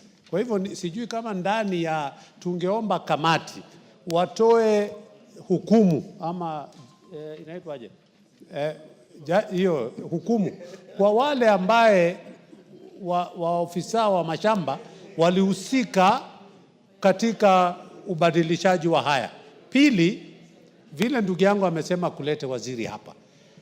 Mbeleni tuliambiwa ya kwamba wanaenda katika system ya kidijitali kuweka mashamba katika system ndio tuweze kuondoa, pengine ndio tuweze kujua kama hiyo system ya kidijitali inaendelea katika ile kusajilisha wamiliki wa mashamba. Kwa sababu tukiendelea na hii mambo ya kawaida hii ya manyu, hiyo ndio inatusumbua zaidi. Kwa hivyo ningependa kamati itoe hukumu kwa wale maofisa wa mashamba ambao walihusika katika uporaji wa shamba hili la msikiti. Asante kama hakuna mtu kutoka ni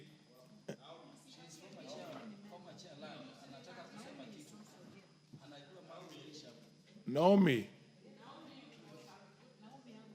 Mheshimiwa Naomi, wewe ni naibu wa naitwa nini? Kiranja.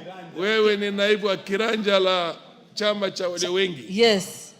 Unaweza kutueleza utapeana ahadi fulani ya kuhakikisha kwamba tumepata majibu kuhusu yale kauli? Ndio naweza peana, na kwa sababu tunaenda on recess sasa, tukisharudi recess kwa Kiswahili inaitwa nini? Likizo tunaenda kwa likizo, na baada ya kutoka kwa hiyo likizo tukipata muda ya wiki 2 itakuwa sawa. It's so directed. Asante. Next one is the Honorable Member Victor Koech, MP for Chepalungu. MP for Chepalungu, proceed and put the request for your statement. Yeah, thank you, Honorable Speaker. Pursuant to provisions of Standing Order 44-2C, I wish to request for a statement from the chairperson of the Departmental Committee on Tourism and Wildlife regarding the serious human life conflicts currently being experienced in parts of Chepalungu constituency.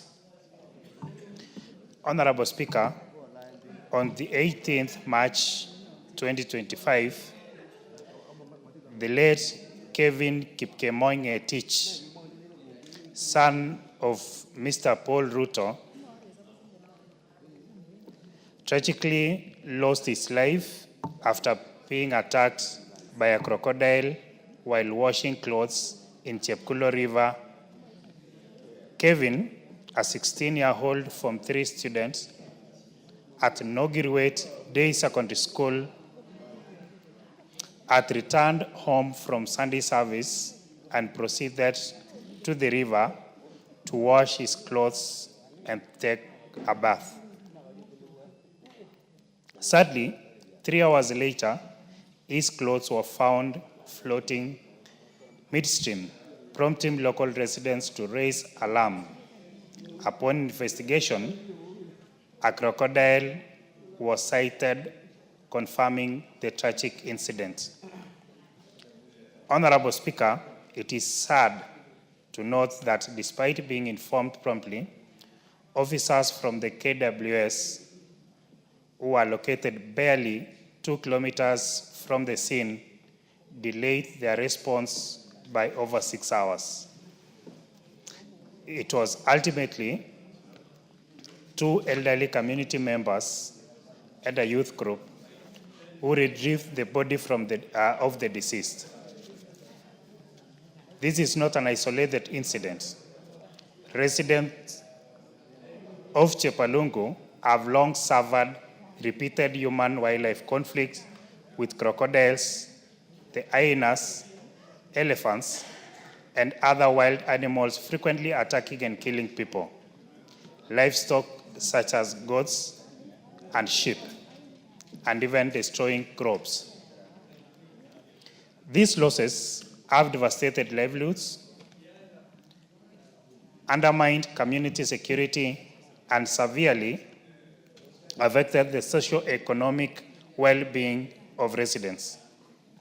Further, Honorable Speaker, residents around Chemengwa, Kinyanga, Lugumek, Kabalwa, Kosia, Nogirwet, Kapkulumben, Chebelion, Kaboson, Kamosiro, Kamongil, Kaptumo, and their environs largely depend on casual works offered by conservancies and large-scale farmers across the river.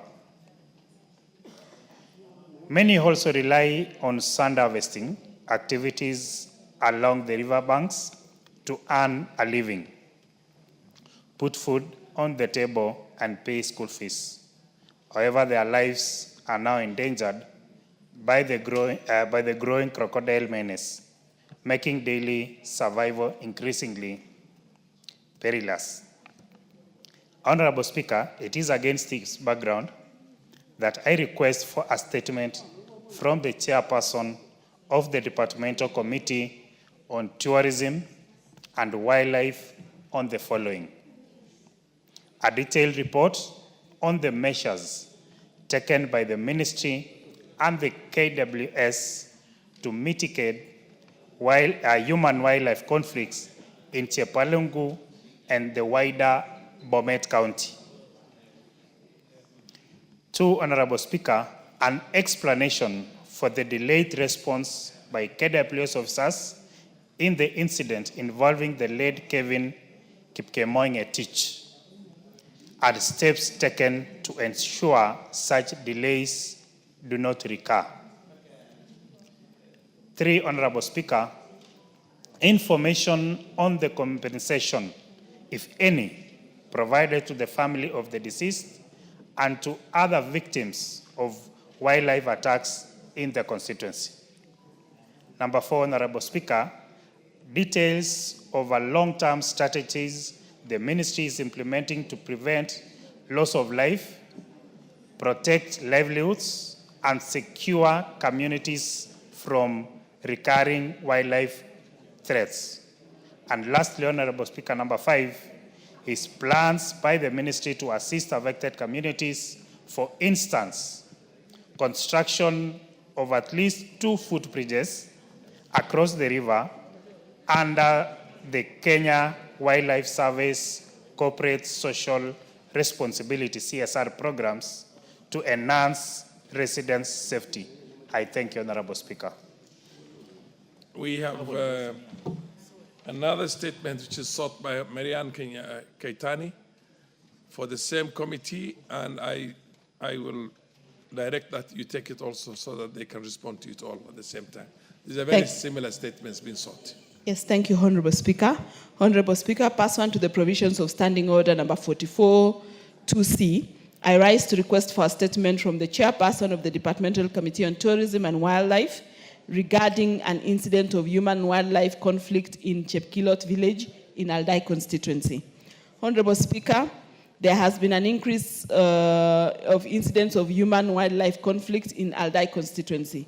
Notably, on the 14th of April, 2025, a wild animal attacked and killed 6 sheep belonging to Mr. Josiah Kipkemboi Tanui of ID number 22154512 in Chepkilot village in Aldai constituency.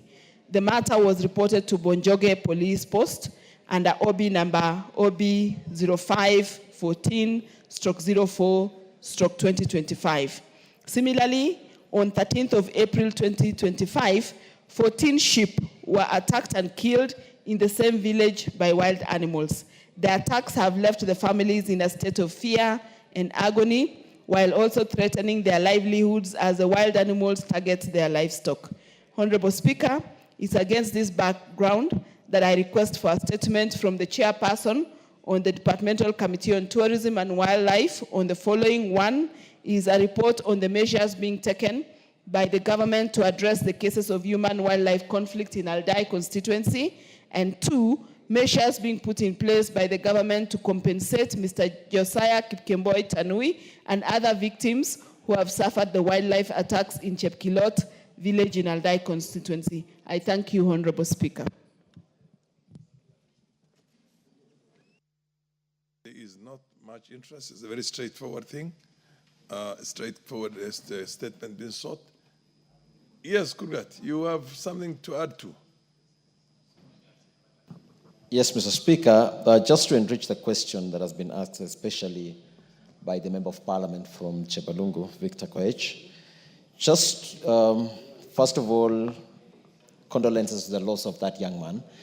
I feel that we need to know, is there any service level agreement, a turnaround time, because the station that is in the region is barely 2 kilometers away, and they were not able to respond.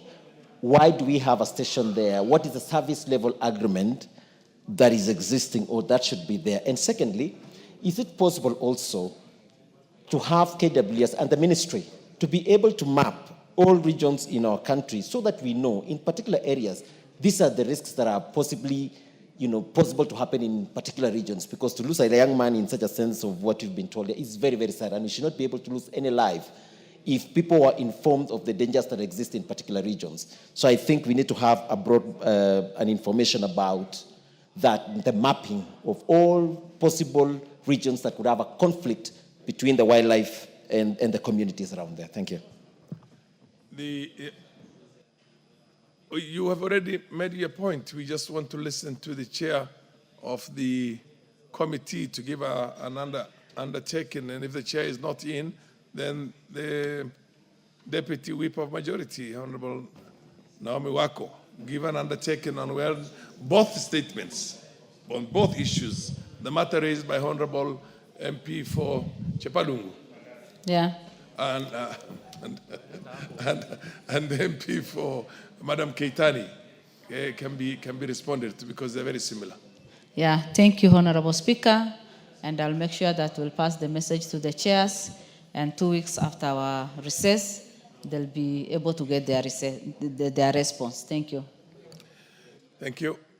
Yes, Honorable MP for Chepalungu, I hesitate to call you the name you want me to call you, You said you are called Mandazi. Yes, Mandazi is my name. Well, I wasn't happy you're eating groundnuts here. I wish you were eating Mandazi, Honorable Speaker. You want me to address you as Mandazi? Proceed. Yeah, thank you. I hope I don't see somebody else. I was making a request. Proceed. Yes, I was making a request, Mr. Speaker, and I still write to the Departmental Committee Chair on Tourism to appear as a friend to the committee when the DG, together with the PS or any personnel from KWS, will be called by the committee, maybe to respond to this particular statement. I would wish for a direction that I be allowed to attend as a friend to the committee. Thank you, Honorable Speaker. The Honorable Deputy Whip, Chief Whip, you think you can take that responsibility to create that basically a rendezvous between the honorable member who is seeking the statement and the PS and the people who are involved in that. Yeah, let me liaise with the chair and then we revert. Okay. Thank you. There is another statement that was sought on this statement by the chairperson of the Committee on Parliamentary Broadcasting and Library. We will defer this one to the afternoon. And we defer this one to the afternoon. Now we're going for the responses. There was a status of Maavoko water supply by the Honorable statement which was sought by the Honorable Joyce Kamene, Machakos County MP, on Blue Economy, Water and Irrigation. Where is the chair of that committee? Thank you, Honorable Speaker. Yes. Honorable Speaker. Is Madam Kamene in the house? Yes, I can see you. Proceed. Honorable Speaker, on 4th of March 2025, the Honorable Joyce Kamene, the Member of Parliament from Machakos County, rose to ask a statement in regard to Maavoko water supply. And the Honorable Speaker, the Honorable Member, was seeking the status of implementation of Maavoko drinking water supply project jointly funded by the Kenya government and the Belgian government. And then number two, the Honorable Speaker, the Honorable Member was also seeking the steps taken by the Ministry to ensure the completion of the project and the expected timelines for its completion. Number three, Honorable Speaker, the Honorable Member is seeking the interim measures being taken by the Ministry to address the water scarcity faced by the residents to protect them from the unscrupulous water vendors in Maavoko. The Honorable Speaker, I have a statement from the CS Water. And the Honorable Speaker, the Ministry of Water and Irrigation through the Tanati Water Works Development Agency is responsible for the implementation of Maavoko water supply project. And Mr. Speaker, I wish to respond as follows. On the question number one, the report of the status of the implementation of Maavoko drinking water supply, which is jointly funded by Kenya and Belgian government, the Honorable Speaker, the contract for the construction of Maavoko water supply was signed in 19 November 2017 between the Tanati Water Works Development Agency and the ASPAC International company by the Belgium. And the contractor, ASPAC International, was granted access to the site for commencement of works on 19 February 2018 for a period of that 6 months, giving the intended completion date of the project on 18th August 2020 at a total cost of 2.8 billion funded by the Bank of Belgium government, Mr. Speaker, and also some part of it by the GOK. Mr. Speaker, the scope of work for the project comprised of several interrelated components that collectively enhance the water supply and distribution of infrastructure. The Kenya Meat Commission Dam, Mr. Speaker, was rehabilitated and the intake constructed alongside the pumping station with a 6.2-kilometer raw water pipeline installed to deliver 8,000 cubic meters of water per day to the new water treatment plan. Meanwhile, the East Africa Portland Cement Company dam underwent their rehabilitation and included the establishing of a pumping station and construction of 3.8-kilometer raw water pipeline to provide an additional 4,000 cubic meters of water per day to the same facility. The new treatment plan capacity as a 12,000 cubic meters of water was constructed. The distribution network was extended by constructing 3.8 kilometers of Nairobi line from Namanga interchange at EBZ and an additional 6.2 kilometers to Green Park Estate along the Mombasa Road, which also incorporated a 4,000 cubic reservoir and a 3,000 cubic capacity tank of 15 meters high, steel elevated, and pumping station. Finally, the bulk supply system was reinforced and rehabilitated. The Knoll to Race water supply line, installing a new pump and repairing 3 existing pumps in Salama Pumping Station 1 and the refurbishing of Kimakiu and the Lukenya reservoirs, each with a capacity of 3,000 cubic meters of water per day. The system is currently operational, Mr. Speaker, and being operated by Maavoko Water and Sanitation Company. The company supplies water from the system up to 200,000 connections. On question number 2, Mr. Speaker, the report of the steps taken by the ministry to ensure the completion of the project and expected timelines for its completion. The project was completed on 21st March 2021 and commissioned on 14th April 2023. Therefore, the construction status is 100% complete.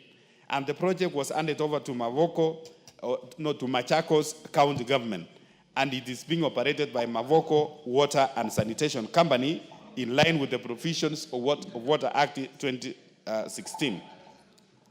Currently, the project provides at least 10,000 cubic meters a day of water from a new water treatment plant and 5,000 of water from the Northern Collector Tunnel connected earlier this year to the residents in a mix of domestic, commercial, and industrial area around Maavoko. Honorable Speaker, the areas covered includes Mlolongo, at the river, the EBZ zone, Shokimau, Kenanye, Katani, and parts of Lukenya areas. Question number 3, the interim measures being taken by the ministry to address the water scarcity faced by the residents and protect them from the unscrupulous water vendors.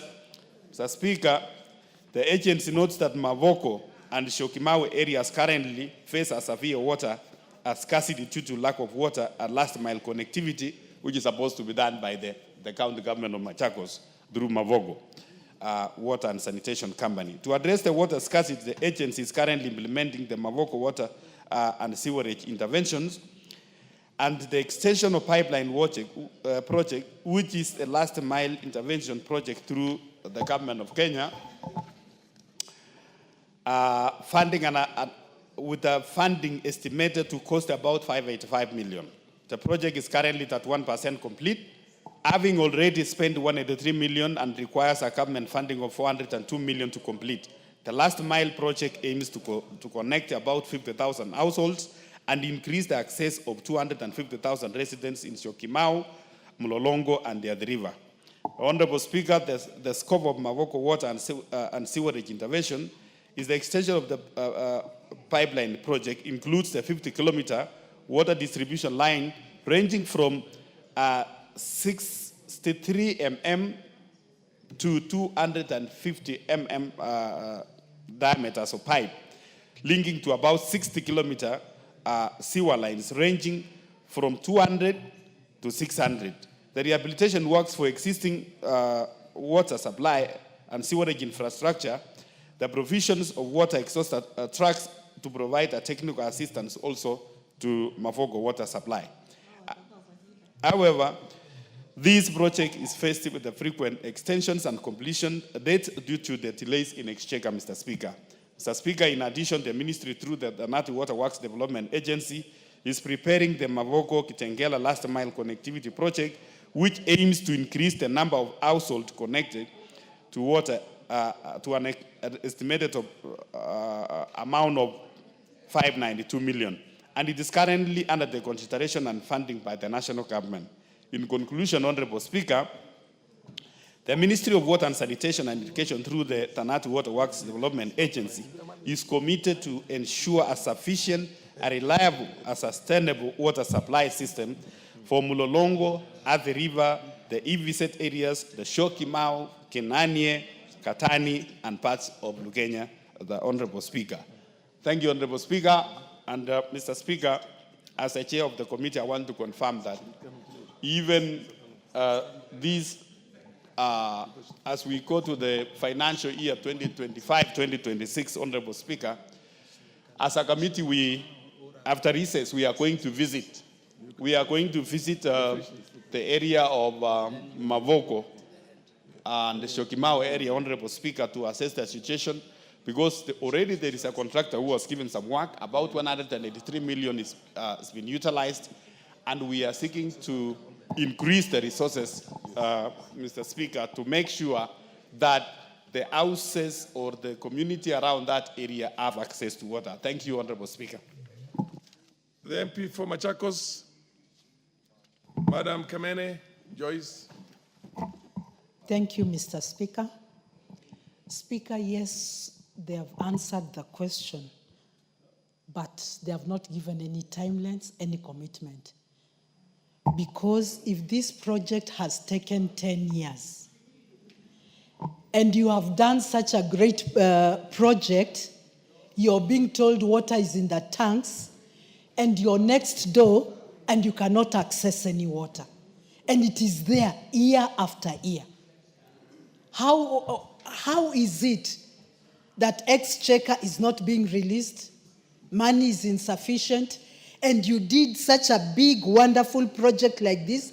People are suffering from water. Why can't it be given a priority? Because this is revenue. After all, when you start supplying water to the residents around, revenue will be collected. Does it make any sense to make this a white elephant? Fair enough.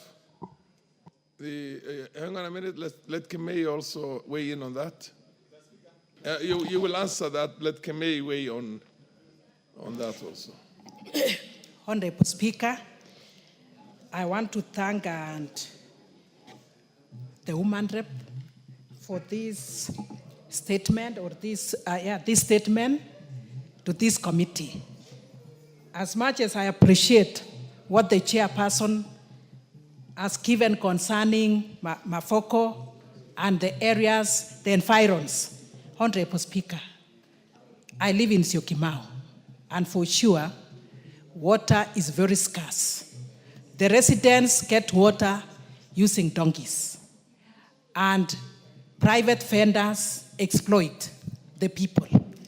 So when the chairperson here has said that the ministry is actually going to do the last mile connectivity, this has been the case for the last over 10 years, 15 years. Yet, we pay taxes, or people pay taxes for the same. People pay what is expected of them, not to forget the sewerage, Honorable Speaker. So I feel this answer is not sufficient. There are no timelines the way the county MP has said. It is like there is no seriousness that is given to it, Honorable Speaker. Fair enough, the Honorable Bowen. The issue is this has been ongoing for 10 good years.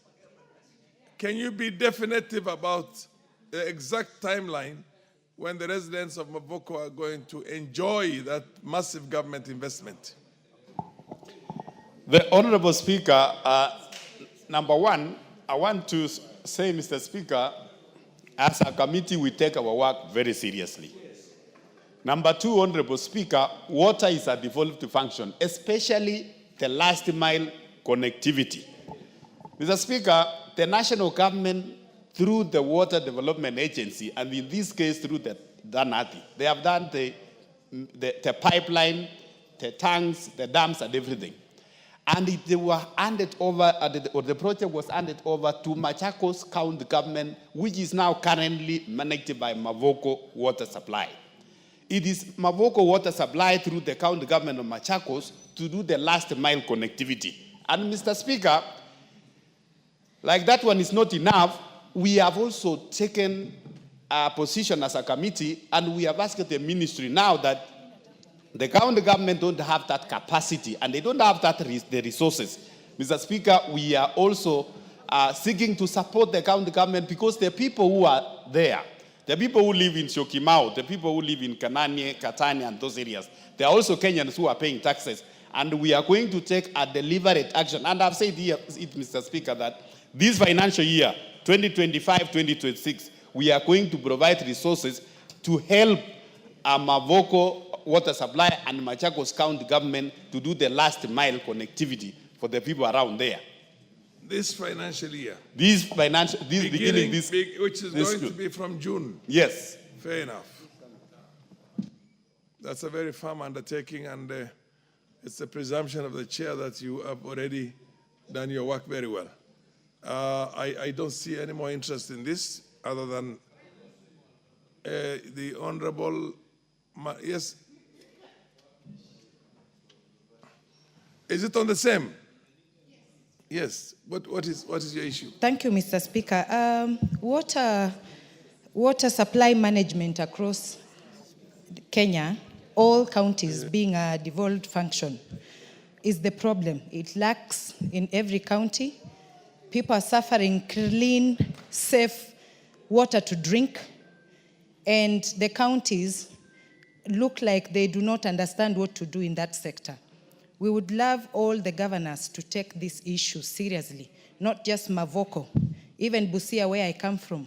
Women travel miles and miles seeking for the same, seeking for water, which ends up bringing up other issues like girls being raped in forests because of this issue. So water is a devolved function, and we need to task the governors to do something about it. Pipe water every month into some homes. At the end of 5 years, we'll have so many homes getting piped water and safe to drink at the same time.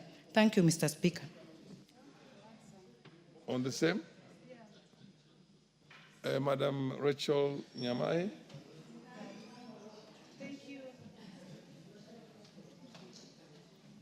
Thank you, Honorable Speaker, for also giving me a chance to make a comment, and especially on the matter that is being raised by the Honorable Kamene.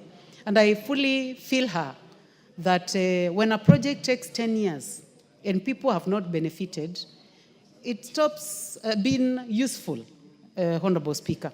As much as we put those budgets every financial year, in the corridors of power, Honorable Speaker, the chair, Water, has told us that he believes that projects that are useful in this country are those small projects that are implemented within 1 year or within 2 years, and they are completed and people have access to water. So, Honorable Speaker, because the budget for water is not, it's high. And I think it is important to know that sometimes the committee's hands are tied. I'm not in that committee, but I'm a friend of the chair. And he tells me that you find your hands are tied. You have to deal with WAKE, billions and billions and billions. You have to deal with that particular project, billions and billions of shillings. You find yourselves dealing with another project in Tana River. What is it called? Kulalu Galana, billions and billions and billions. But when you look at projects that the committee funds in 1 year, we have dams. The other day he gave us 2 dams in my constituency, and people are taking water. And they are small projects of 20, 30 million up to 100 million. But talking about billions of Wake Dam, and expecting this to be a project of Machakos, Makueni, and Kitui. And where we are, for example, in Kitui South, we are 150 kilometers from where that dam is. Billions and billions of shillings will keep going to those huge projects. And the committee doesn't have much control, but will keep financing, sorry to say, to the benefit of others. Thank you. I think there being no further interest on this, we'll go to the next response. The Energy Committee, the statement that was sought by the Honorable Dr. Ojambo Oundo. Thank you, Honorable Speaker. Yes. It is true, Honorable Speaker, we have a statement from the committee which was sent by the PS, the Principal Secretary in charge of Energy. And I know Honorable Odo is around. I've gone through the statement, Honorable Speaker. One of the questions that was raised is the regulatory framework under which Kudura Power East Africa Limited is operating, generating and supplying water in Western Kenya. Honorable Speaker, the response to that is that Kudura Power East Africa Limited is duly incorporated in the Republic of Kenya as a wholly owned subsidiary of RVE, a Portuguese company. Kudura is a social enterprise focused on providing decentralized renewable energy and sustainable infrastructure solutions to undeserved counties in East Africa.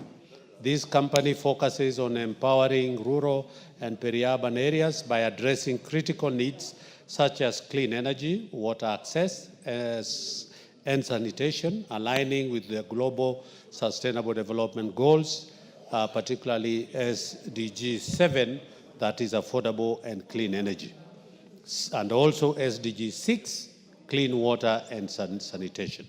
Kudura specializes in integrated system that combines solar energy, water purification, and biogas technology. The company operates under Section 117 of the Energy Act that provides, and I quote, that is Section 117, a person who wishes to carry out generation, exportation, so Honorable Speaker,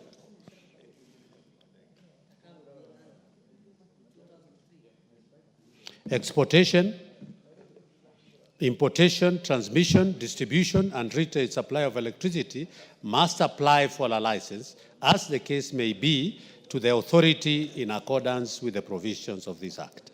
Kudura Power East Africa Limited was granted a construction permit by EPRA on the 3rd April 2019 for a period of 1 year for the development of the 10 solar PV mini grids as listed in Table 1. Honorable Speaker, I hope Honorable Oudo has his, under the table is detailed therein. Before approval of the aforementioned construction permit, Kudura submitted the following documents required for generation, distribution, and supply licenses in accordance with the Energy Act 2019 and the Energy Electricity License Regulations of 2012. Again, here in listed from A all the way. These are the documents, Honorable Speaker, I don't want to go through, that are required for purposes of getting a license. Question number 2, Honorable Speaker. The agreement on lease granted to Kudura to impose tariffs on power supplied and steps being taken to regulate such charges. On the 25th of March 2020, EPRA granted Kudura generation, distribution, and supply license for operation of the 10 solar PV mini-grids as indicated in Table 1. Section 11C of the Energy Act 2019 mandates EPRA to set, review, and adjust electric power tariffs and tariff structures and investigate tariff charges, whether or not a specific application has been made or for a tariff adjustment. The approved tariffs shall be just and reasonable tariffs which enable a license, including Kudura Power, to inter alia, 1, maintain its financial integrity, 2, attract capital. 3, operate efficiently. And lastly, compensate investors fully for the risk assumed. Section 165C, Section 165, subsection 7 of the Energy Act 2019, and the current retail electricity tariff review guidelines of 2023 provide for a review of retail electricity tariffs once every 3 years. Section 163 of the Energy Act 2019 requires that the tariffs and the contracts for supplying electrical energy and network supplies be submitted to EPRA for approval before execution. Kudura tariffs application for the 10 sites in Busia County, Western Kenya, was approved by EPRA board on the 30th January 2019, having met all the tariff approval requirements. Question number 3, timelines within which Kudura will upgrade their infrastructure to ensure continuous and uninterrupted supply of power to house states. The response is that the solar mini-grids can become unreliable during the rainy season, primarily due to the following: reduced solar resilience, radiance that could significantly reduce the electricity generated between 10 to 25% of the peak performance. B, during extended cloudy, rainy periods, battery may not fully charge, leading to shortages, especially at night or during the peak demand. And C, sometimes power demand increase during rainy seasons, e.g. for lighting or indoor activities, putting more pressure on the already limited generation capacity. The mitigations for that, Honorable Speaker, is that the inverters that were previously problematic have been replaced. 2, the operator to strengthen their distribution network and work towards replacing all defective storage batteries, especially the Buyende area, within a month. And 3, EPRA has instructed the operator to develop a strategy to enhance power supply reliability during cloudy periods and submit a report on this to the authority within 2 weeks. And 4, EPRA will send a technical team to the sites for further probe on issues raised and come up with a detailed report. Lastly, Honorable Speaker, question number 4, a report on the terms of agreement between Kudura East African Power Limited and the government, including whether the terms are subject to review to allow alternative service provider to supply power alongside Kudura. The response is that, Honorable Speaker, Section 165(7) of the Energy Act of 2019 and the current retail electricity tariff review guidelines of 2023 provide for a review of retail electricity tariffs once every 3 years. Therefore, Kudura is required for the aforesaid provisions of the law to submit a tariff review every 3 years upon the expiry of the approved tariff, subject to review and approval by the authority. 2, the generation and distribution license were given for 10 years commencing in 2020, and hence Kudura is remaining with about 5 years within which they ought to have recovered their investment, after which the terms will be renegotiated or the site handed over to a different distributor. Thirdly, the Ministry of Energy and Petroleum has developed draft mini-grid regulations which will give guidelines on the options will be available to the mini-grid operator when the main grid arrives. Once the main grid regulations are enacted, Kudura may operate as 1, a power producer selling to the distribution licensees; 2, a power distributor that purchases power in bulk from the distribution licenses and resell the electricity to the consumer. The mini-grid operator that remains the power distributor for the area, purchasing power for the distribution licensee to sell to the consumers in addition to its existing generation. I submit, Honorable Speaker. The Honorable Oundo. Doctor. Thank you, Honorable Speaker. Thank you, Chair, for the efforts he has made to present the response to the request for statement. But, Honorable Speaker, this looks like a statement that was written by Kudura. Honestly speaking, this is like a defense statement written by Kudura, and it obviously cuts around the main issues requested. Honorable Speaker, and I want the Chair to note very carefully, of most importance is question 2. When they say this approved tariff shall be a just and reasonable tariffs, which enables. Honorable Speaker, there is no way 88 shillings for Kudura against 25 for Kenya Power can be said to be just and fair. This is exploitation, this daylight robbery, which, honestly speaking, cannot be called to be just and fair. Second, Honorable Speaker, they indicate that the tariffs are reviewed every 3 years. Kudura started operating in 2020. Obviously, as a follow-up question, which I hope the Chair will get those details and revert, is when was the last review, and when was it reviewed from what to what? Honestly speaking, Honorable Speaker, the main concern and the main overriding concern is the issue of the tariffs. Honorable Speaker, we'll wait for these draft regulations to make sure so that we allow our people to have alternative sources as we wait for the expiry of this inordinately long period that seems to simply exploit the people who are beneficiaries. Thank you, Honorable Speaker.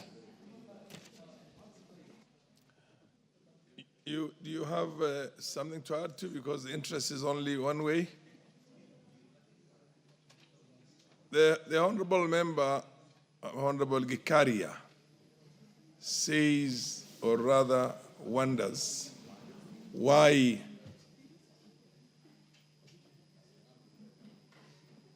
the issue of, why don't you give him the mic? What's happening with the mics?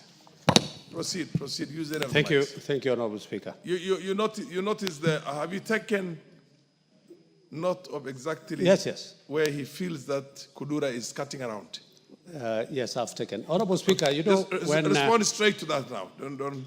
Honorable Speaker, I know Honorable Waudo, and he's very, very, he prepares himself for... He's thorough. There's no very doubt. thorough. Yes. Yeah, that is the word. Very thorough. Yes. And when I got this response, I knew part of what he's saying will be coming up, Honorable Speaker. And I totally agree with him that I don't agree with him on only one aspect, that this is a response by Kudura themselves. Honorable Speaker, this statement is signed by the Principal Secretary in charge of energy. So that is a confirmation that I want to say that it is not from Kudura, but it's from the PS. Secondly, Honorable Speaker, the issues that he has raised are very, very key, and I totally agree.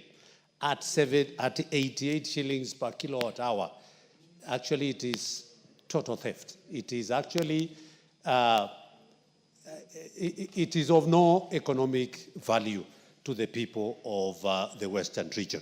And we are, Honorable Speaker, as a committee, seized of the fact that this, the PPAs that were signed in those years, I don't want to mention by which administration, those years way back were very punitive, discriminative, and they were actually never thought of the interest of Kenyans. At 68, KenGen gives us power at only 50 cents per kilowatt hour. Yet you can imagine getting at 88 shillings per kilowatt hour. I think that is unfair, and I totally agree. Secondly, I'm just saying, we are seized as a committee. Have you lifted the veil on that to see why such an unfair deal can be done to the government? Who are the owners? Who are the owners of Kudura and other exploitative, what do you call, power producing outfits that sell to the national grid here at a very high price. Honorable Speaker, Are you our, sure? our committee is seized, and there is a report that we will be bringing on the floor of this House. It was brought in the last session, but it was not discussed.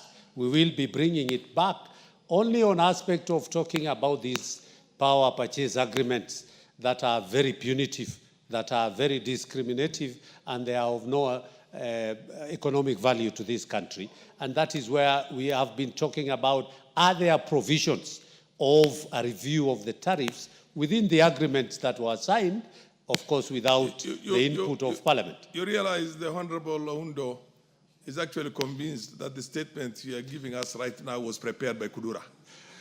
Yeah. But you see, the reason why, it's because it protects the interests of Kudura and the similar organizations.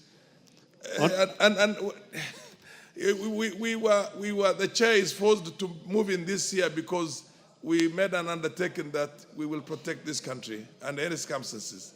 And when we were in Naivasha, these matters came up in a big way. And it was abundantly clear. That's when I actually said that camels that are stolen by the owner can never be recovered. Are you sure the most powerful people in the country are not interested parties in that? And that's why these things have been shoved down the throat of Kenyans? Yes, you have to say something before the chairman responds.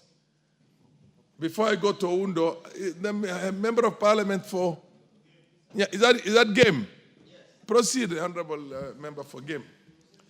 Chairman, Mr. Speaker, sir, I've listened to you, and you said that looks like my chairman was reading a statement presented to him. But I want to talk to my friend, Professor, the Honorable Oundo. I think the committee sees of the fact, but what is important to note, the IPP sells power to KPLC, the entire contractual agreement to KPLC. So upon honoring that contractual obligation, that's when Kenya Power then sells to the public. Honorable. What I want to help you. MP for game. MP for game. MP for game. The Honorable Gikaria is the chairman of the Energy Committee. He is responding to a statement that was sought by the Honorable Oundo. Now, the only way you can rise up is to enrich that statement so that more information comes out of Honorable Gikaria. You're not there to defend anything else other than, yes, no, it's not chairman, it's the speaker. Meat. You're trying to add meat on what to support Gikaria. Now, relax. Hold your horse. Honorable Oundo, I just asked a supplementary, or rather... Honorable Speaker, yes. The MP for game is completely misinformed concerning this subject matter, completely. Honorable Speaker, these Kudura produce the power themselves through using solar and distribute themselves, charge themselves. They do not sell to KPLC. He's completely misinformed. You should have sought to know the correct position. Completely misinformed. They are not selling this to KPLC. No. They are selling directly to the they consumers. produce themselves. They have signed the agreements with the consumers directly. So it's a monopoly. It's a pure monopoly and exploitative.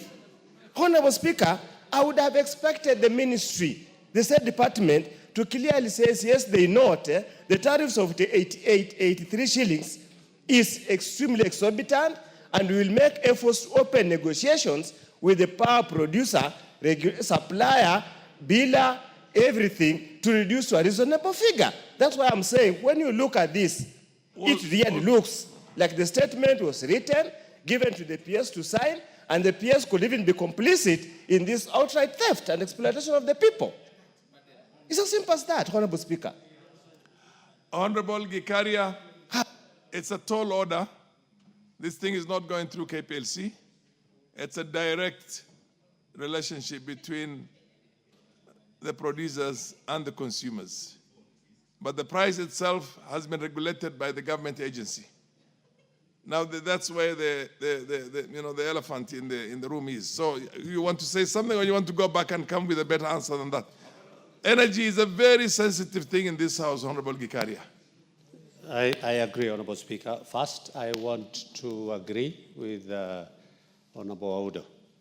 Under Section 117 of the Energy Act of 2019, we did liberalize distribution, exportation, importation, and you just need to have a license. And Kudura was given a license 30th of April in 2020 by EPRA to generate and do distribution and sell. And that is the position, because it is a license. Does the license give it a monopoly? That's yes. what he asked. Yes. It gives a monopoly. As he's saying. Then how can you have a monopoly and at the same time you say no, we don't have a monopoly. Actually, it is a misinformation to the public. Under Section 117 of the Energy Act of 2019, I was the chair then, and I moved those amendments here and liberalized the energy sector in a very wide way, from generation. Liberalized? Yes, you mean you liberalized? Yes, yes. Okay. So that is the position, and I want to agree. At the same time, it is that, as the question he had asked, as to whether we have a review of this. And in 2020, within 3 years, they were supposed to do a review, but again, subject to if there is a request to do the review. And that is what Honorable Elisha Odhiambo is saying, that as a committee, we have asked EPRA to go and engage the independent power producers with a view of reviewing the power tariffs as a committee and as a country. Because again, we are saying it adds up into the cost of energy and electricity in this country. Passed on to the consumer. It's passed on to the consumer. Correct. So that one we are in, and I want to agree with that we will be going back to engage through the questions that he has said. When do you give an undertaking to I come will, with a comprehensive? if he agrees, because he only asked this question a week ago, I think, and we have a response 2 weeks ago. And we have a response. So when are you coming back to the comprehensive answer? The second week after recess, Honorable Speaker. Is there any gray area you want to be, so that it is also captured on the Hansard and he has to? If I were you, I'd ask for the lifting of the veil to see exactly who are behind this Kudura. Whether Gikaria or Farah Maalim have shares in that. Ultimately, Honorable Speaker, you know, this country is a very complicated country. The better you leave things the way they are, sometimes the better for posterity and a good life. We are not interested to know who is behind it. We are not interested to know who is the exploiter. All that what we are interested to know is the exploitation must come to an end. So, three things that... There is exploitation and there is a blatant, open, outright daily robbery. How do you have a differentiation between 50 cents and 88 shillings? Precisely. For the same number? My plea to the chair, yes, that the MP, in the review... Yeah, somebody is on a point of order. The MP for Turkana Central, yes. Yes, proceed. Honorable Speaker, thank you so much. I want to reiterate the position that has been taken by Dr. Oundo, Honorable Dr. Oundo, that there is need to unpack to understand who owns Kudura. Kudura looks like it's private. And if you look at this, it's even giving us mini grids in Turkana. I've just seen this is like a Portuguese farm, which we need to unpack. And maybe there's need to understand why are they doing business in Kenya, with who, for who, and what are the shares, and what kind of service they are giving. Honorable Speaker, we need details. Thank you. Yes, Ondo, I think you have done you're done on that. Ikaria, have you given an undertaking on when you'll come back with a comprehensive answer on that? On the same? Honorable Speaker, I have committed that within 2 weeks we will be... 2 weeks on the within 2 weeks on the resumption of the House. Correct. It's so directed. It's so directed. Honorable Shuria. Education and Health, on the issue of help. The Honorable Shuria is not in the house, is he?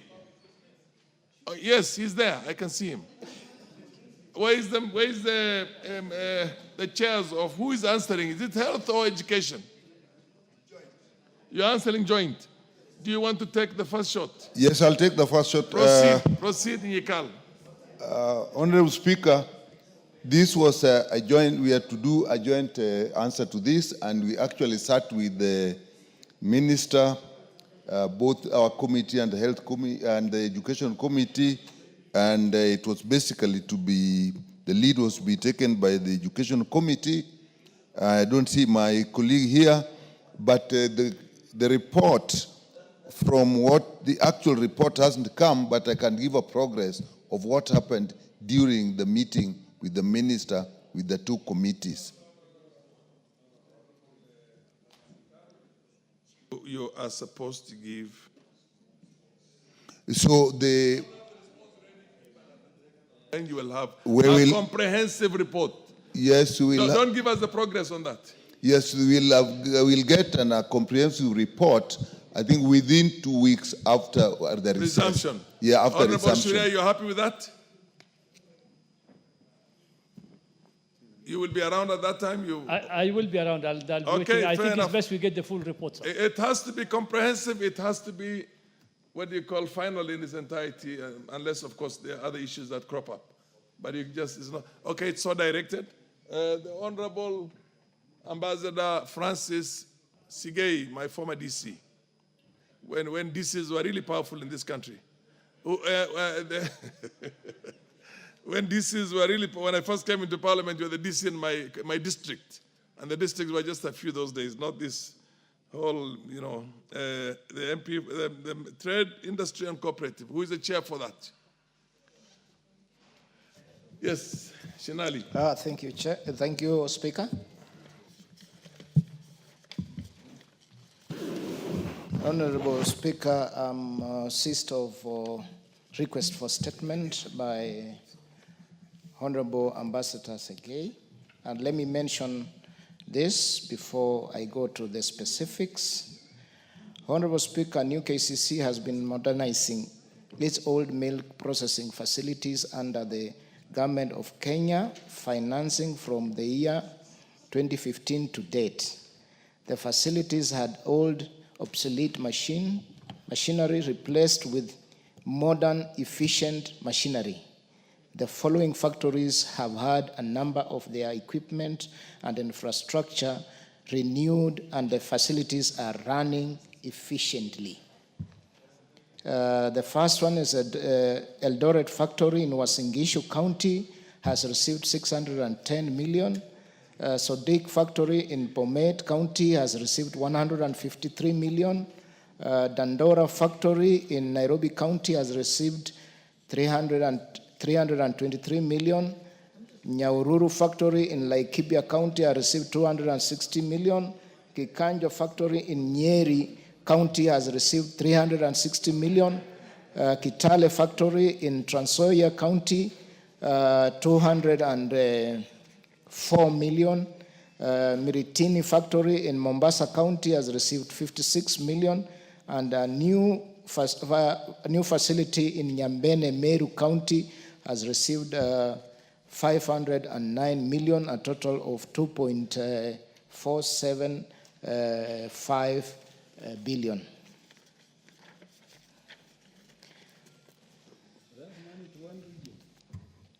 Several regions, Honorable Speaker. Honorable Speaker, let me mention a few items being produced by these factories, Madam Speaker. Madam Speaker, Dandora factory in Nairobi County produces fresh milk, yogurt, mala, butter, and cheese products. B. Eldoret factory in Uasin Gishu County for fresh milk, mala, long life, and milk butter. Nyaururu factory in Laikipia County for extended shelf life and long life milk products. Sodiq factory in Pomede County for fresh milk, extended shelf life and long life milk products. Miritini factory in Mombasa County for fresh milk. Kitale factory in Trans Nzoia County for ghee, butter and milk butter. Kikanjo factory in Nyeri County for milk butter and water bottling.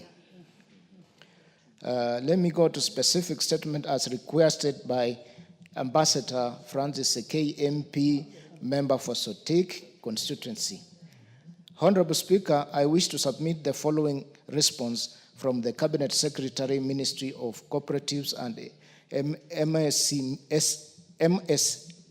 SMEs to specific issues raised by the Honorable Member.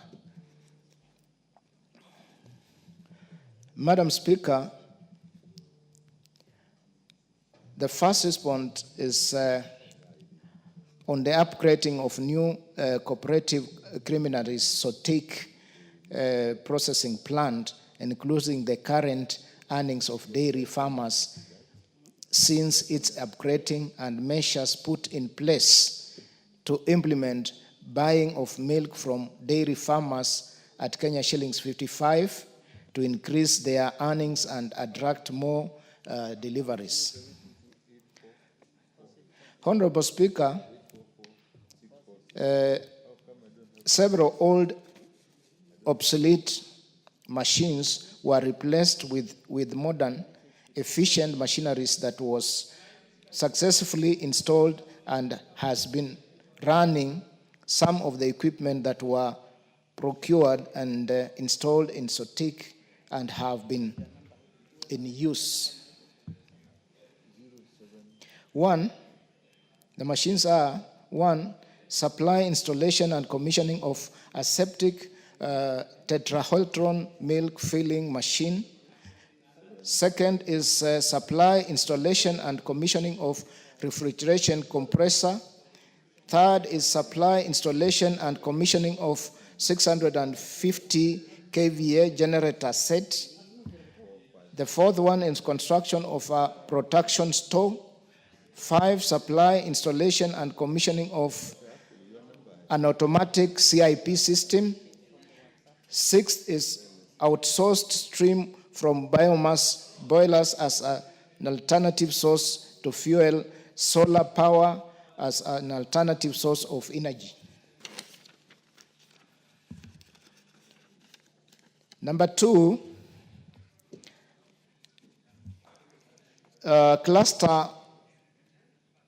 Sotik cluster farmers' earnings are currently at an average of Kenya shillings 85 million per month, which means it is at about 1.02 billion a year.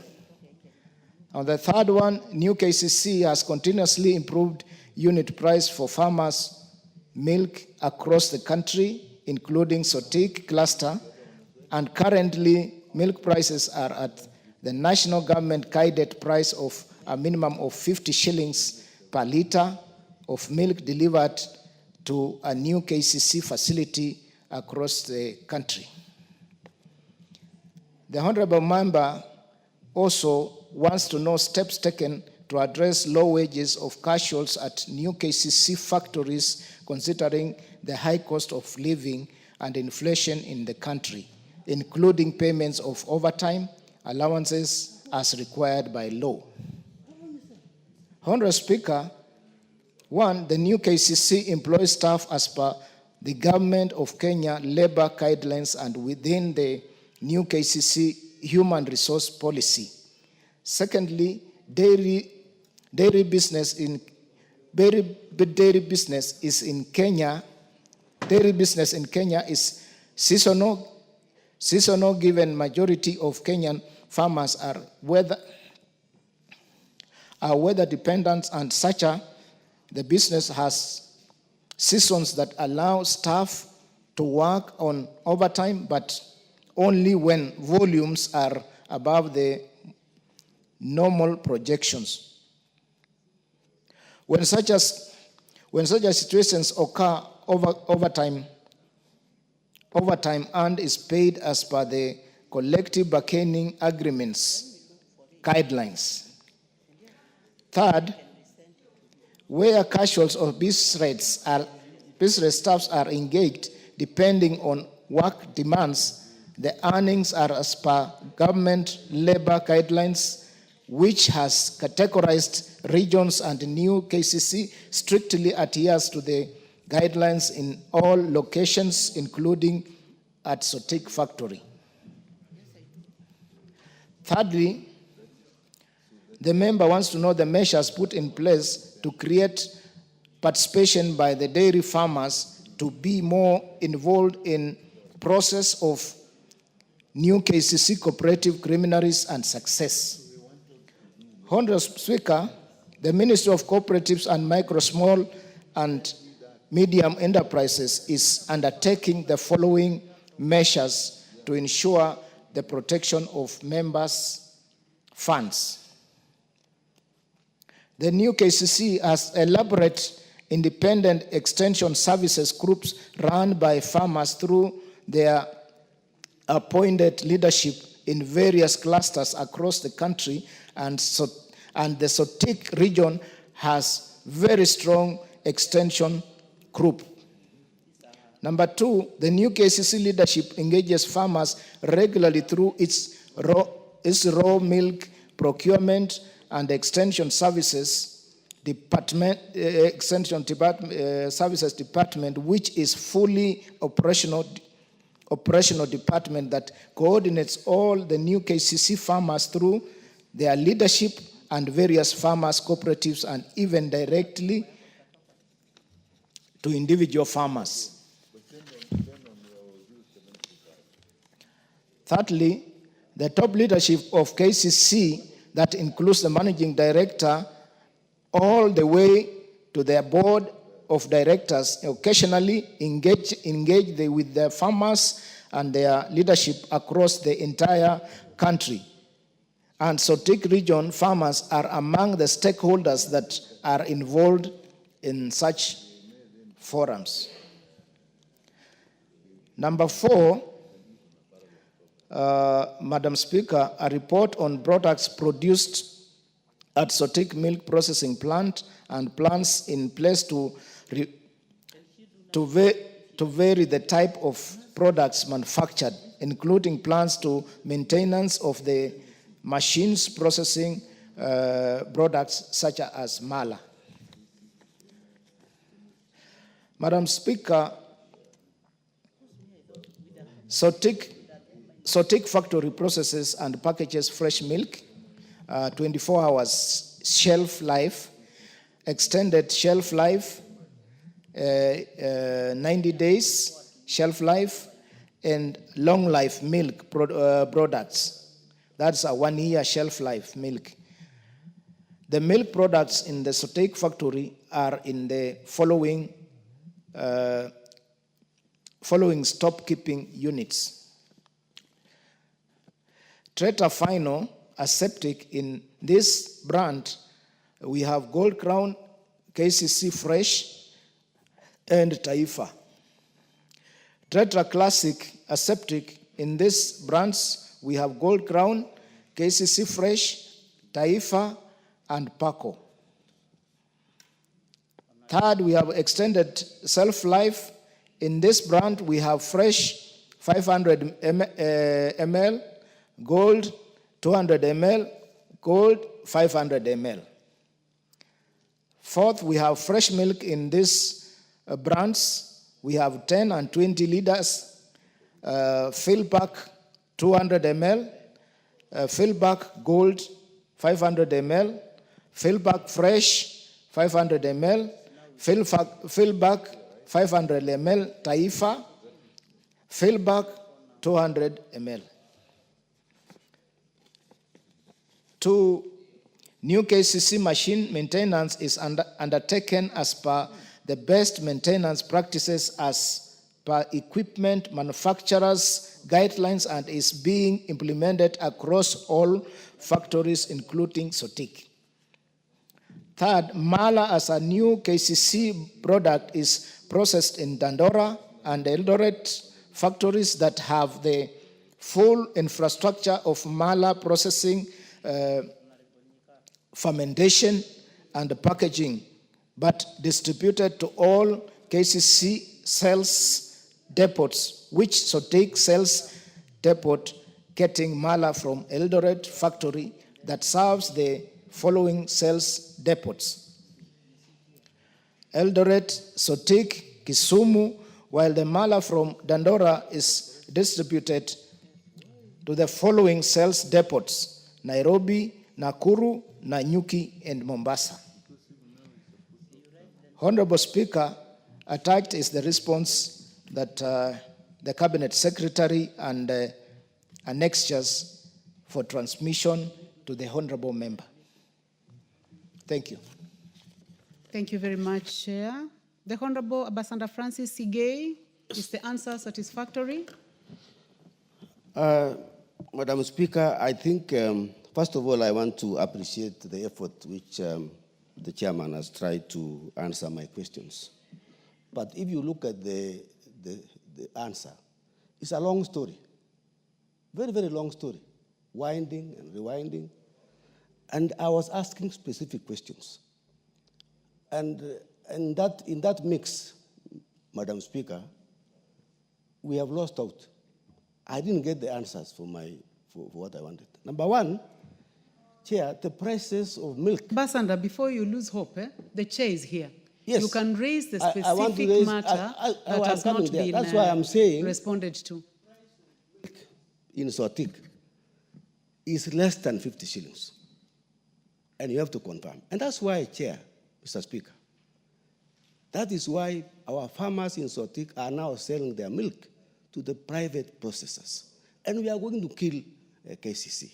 So, Chair, I'm not happy with that answer of prices. Number two is the issue of that status of that processing plant. So, Sotik is a municipality now. It is supposed to be upgraded to the level of Eldoret, Nanyuki, Dandora. And we are asking for that one. I've taken time, Madam Speaker, to go and see the MD who was there, who has now gone out. And he kept promising that Sotik will be upgraded. And after 2 years, nothing has been done. Madam Speaker, I would like to see Sotik processing factory being upgraded. Now that is a municipality. Number three, we have casuals in this factory who have acted for a long time. And the problem with this factory is that people are being brought from outside to come and work in Sotik. Casuals should be confirmed. Those who have worked for several years, why can't they be confirmed? They are working, their families are suffering, and yet they have worked in that factory for a long time. Number three, Madam Speaker, is the issue of Masuamala. Madam Speaker, up to last year, Mr. Sigei, who was acting, who was the KCC MD, kept telling me that the line of Mala in Sotik was in place, and that the only thing they were doing was maintenance. But we are now realizing, Madam Speaker, this thing is being transferred to elsewhere. And yet, the quality of Masuamala from Sotik was very high quality. Madam Speaker, I would like to demand that this factory is reinstated in Sotik so that our people can be able to get the maximum benefit from our people. Chair, I want to disagree with the chair about the labor guidelines on the getting of the casuals and workers there. There is no fairness at all. We need somebody should come with a better answer when you come back. Because the casuals who are there, I know by name. And they have been there for a long time, while other people have been brought to this factory, and they are left out. So, Madam Speaker, I need a better answer. Those are very clear concerns, Chair, by the Honorable Ambassador Member for Sotik. And although he went up to 3, I listened to you very keenly. You have raised 5 fundamental issues. So, Chair, when are you going to give a response? Because clearly you are saying that you are not satisfied. So, Madam Speaker. before I close the others, I'm seeing interest from the 2 members. Honorable Ruto, you also have interest in this? Make it short so that we try to combine. Thank you so much, Madam Speaker, for giving me this opportunity to also write on the concerns of my colleague, Member of Parliament for Sotik. Apparently, from the start of comment by the chair, he did mention about Eldoret factory, which historically is a known factory to have been handling milk from the entire North Rift area. But with the huge assets that have been put in place, it's so much painful to see how they're going down wastage with the whole cost that have been put in it. But I'm rising to put another concern of a team of people who facilitate this particular work, the transporters. Madam Speaker, you will really have to sympathize with the transporters whom their dues have gone more than 2 years. And they have been connecting as facilitating milk from the farmer's collection point of view to the factory. And up to now, no discussion has been raised. And I would wish the chair should consider this one also as a matter of concern. The other issue, of course, that is so fundamental is on how this issue of employment are being undertaken. And there's a concern that the governance people in the board have issues more. So chair has been mentioned in terms of interference. What we are calling upon is how can a factory that is a support of the government, remember it is under domicile under the Ministry of Cooperatives, it has absolute support of the government and is critically failing. I mean, as it is right now, what are we going to do? We need also to see how to sort out the governance issues and ensure this entity runs the business of distribution of milk after processing. And it has huge market, it has huge potential, it has huge capacity, but we don't understand what is the problem in terms of decision making. Thank you so much. Majimbo Kalasinga, please make it 1 minute. Thank you, Madam Speaker. I'll just take a minute. Madam Speaker, I am an expert in the dairy industry. I'm an Adjournment University product who did dairy and food technology. And I was attached, Madam Speaker, during my attachment, I was attached in Premier Dairy, Kabianga, just some few kilometers to Sotik Dairy. Madam Speaker, you cannot tell us that you are servicing a Mala line. Masiwa Mala requires only fermentation tanks, starter cultures, and a Tetra Classic machine which they are using to package fresh milk or UHT milk can be used the same line. There is no reason, Madam Speaker, to be told that Mala line is not operational. It must be reinstated by all standards. And 2, Madam Speaker, the moment you remove the Mala line, you reduce the workforce. You reduce the casuals. The young men and ladies who are supposed to get jobs from that factory will go where? It also beats logic, Madam Speaker. These factories, KCC, were designed with a purpose. The Dandora factory in Nairobi was a dry milk border. KCC, Sotik, is supposed to process Mala and sell in the Western region. Madam Speaker, you cannot tell me that you will process Mala from a region where there is no raw milk. Sotik is situated in the center of farmers producing the best milk in this country. The BF, Madam Speaker, for information, the BF of milk in Sotik is the highest, 5.5% butterfat content. Best for this product. Madam Speaker, let's support this farm. Let the chairman come with a substantive answer that will tell this House that the fermented milk line must be restored and casuals must be employed. And this issue of dealing with casuals for years and years must stop, Madam Chair. Thank you, Madam Speaker. Thank you very much. I think you've made your point. Honorable members, I would like to go back to the chair. Chair. Thank you, Madam Chair. The issues raised by members are very critical, and as a committee, Madam Chair, we had already made a program that we must visit these factories to see by ourselves, investigate, and come up with a clear report.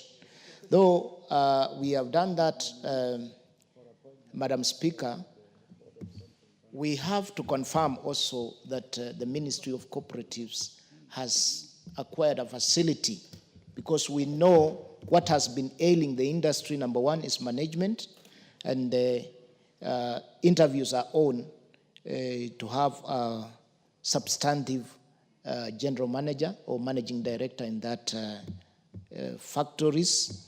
And number two, there is now a facility to make sure when farmers deliver milk, they are paid. That one has been put in place, which was problem number one. These other issues, I request the honorable member, when we are going to Sotik, we shall invite you so that you are with us in the team. We come up with the issues. And finally, Madam Speaker, I would request the member that instead of coming with an answer in a short time, you allow we come with substantive answers after our trips in these factories. Thank you, Madam Speaker. Thank you. Listening to you, Chair, and also listening to the Honorable Member for Sotik, the response is not satisfactory. And also bearing in mind that we have also gotten other issues related to the same from the Honorable Member for Keses and also the Honorable Majimbo Kalasinga. And the statement you have made is that you already have a program that you'll be going to the field. So can you give the House a date? Yeah, a possible date that you plan to go so that we can satisfy the member and also his constituents who are listening, because they would like to have a solution. After recess, which week? Madam Speaker, after recess, I'll need about 4 weeks. 4? 4 weeks, 1 month. Honorable Member for Sotik?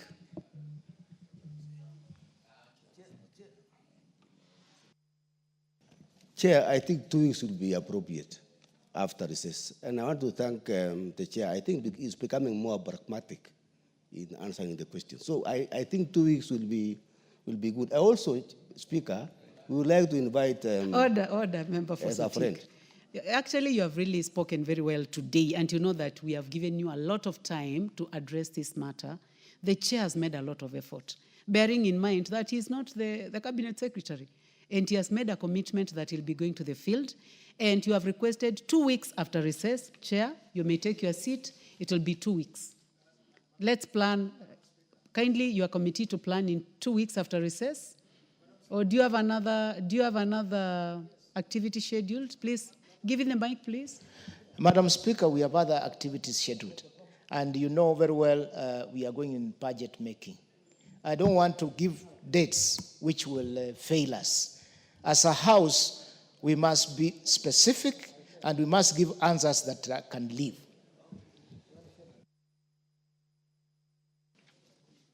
Member for Kwanza, what is terribly out of order? Because your hand is up. Yeah, it was up, Madam Speaker. Sorry. I have come in from another meeting, but I also want to ask the Honorable Member that if we have to invite stakeholders, I think it should also include the department, a member or members from the Department of Agriculture and Livestock, because I think those are the key fellows. I'll want also to agree with you, but if it's something to do with the KCC, Honorable Member I would say for Kwanza, what is out of order? I didn't say it's out of order. I simply said as supplementary. You wanted to add something? Yes. Which Then I'm saying. you can conclude now. Yeah, thank you. Which I'm saying that I think the best thing is that for you also to include members of the Committee of Agriculture, because that actually lies under the Department of Agriculture and Livestock. And I think I have an interest there as well. Yeah. Thank you, Madam. Honorable members, I will agree with the chair, bearing in mind that there are other existing programs.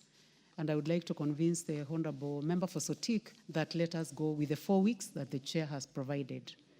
Thank you very much, members. Next order, as per the reorganization that was done in the morning by the DS. Order number 11, special motion, consideration of nominees for appointment as members of the Board of Central Bank of Kenya. Mover. Chair, please proceed. Thank you, Madam Speaker. Madam Speaker, I beg to move that the House approves the nomination of FCPA Sophie Muturi, CPA Abdullahi Mohamed Abdi, Ms. Beatrice Koskei, and Mr. David Simpson Osawa Owor as members of the Board of Directors of the Central Bank of Kenya. Honorable Chair, please move the motion before you go to the names. Can you please assist him with the order paper?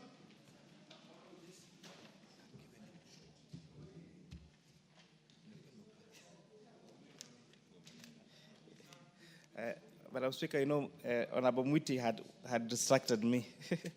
Honorable Speaker, I beg to move that taking into consideration the findings of the Joint Committee of the National Assembly, Departmental Committee on Finance and National Planning, and that of the Senate Standing Committee on Finance and Budget on the approval hearing of nominees of appointment as members of the Board of Central Bank of Kenya, laid on the table of the House yesterday, Tuesday, the 29th of April 2015, and pursuant to Section 11.2 of the Central Bank of Kenya, Cap 491, that this House approves the appointment of the following nominees as members of the Board of the Central Bank of Kenya. 1, FCPA Sophie Muturi. 2, CP Abdullahi Mohamed Abdi. 3, Ms. Beatrice Koskei. And 4, Mr. David Simpson Osawa Owor. Madam Speaker, I beg, Honorable Speaker, the Board of Directors of the Central Bank of Kenya is established under Section 10 of the Central Bank of Kenya, Cap 491. Further, Section 11(1)(d) of the Act provides that the board shall consist of a chairperson appointed by the President, a governor, a principal secretary to the National Assembly, or his or her representative, who shall be a non-voting member, and 8 other non-executive directors. The Board of Directors of the Central Bank of Kenya is established under Section 10 of the CBK Act, who are responsible for the following. 1, determining the policy of the bank, excluding the formulation of policy. 2, setting the bank's objectives and overseeing its financial management and strategic direction. And 3, continuously reviewing the bank's performance and carrying out its functions. 4, consistently monitoring the governor's performance in fulfilling the responsibility of the office and ensuring that the bank objectives is achieved. And 5, assessing whether policy statements issued under Section 4B align with the bank's primary functions and objectives under Section 4. And lastly, maintaining constant oversight over the use of the bank's resources. Madam Speaker, the appointment of the Director of the Board of the Central Bank of Kenya shall take into consideration the provisions of Section 11(7) of the CBK Act. This section provides that persons shall be eligible for appointment as a director if the person is a citizen of Kenya, is knowledgeable and experienced in monetary, financial, banking and economic matters, or other disciplines relevant to the functions of the central bank.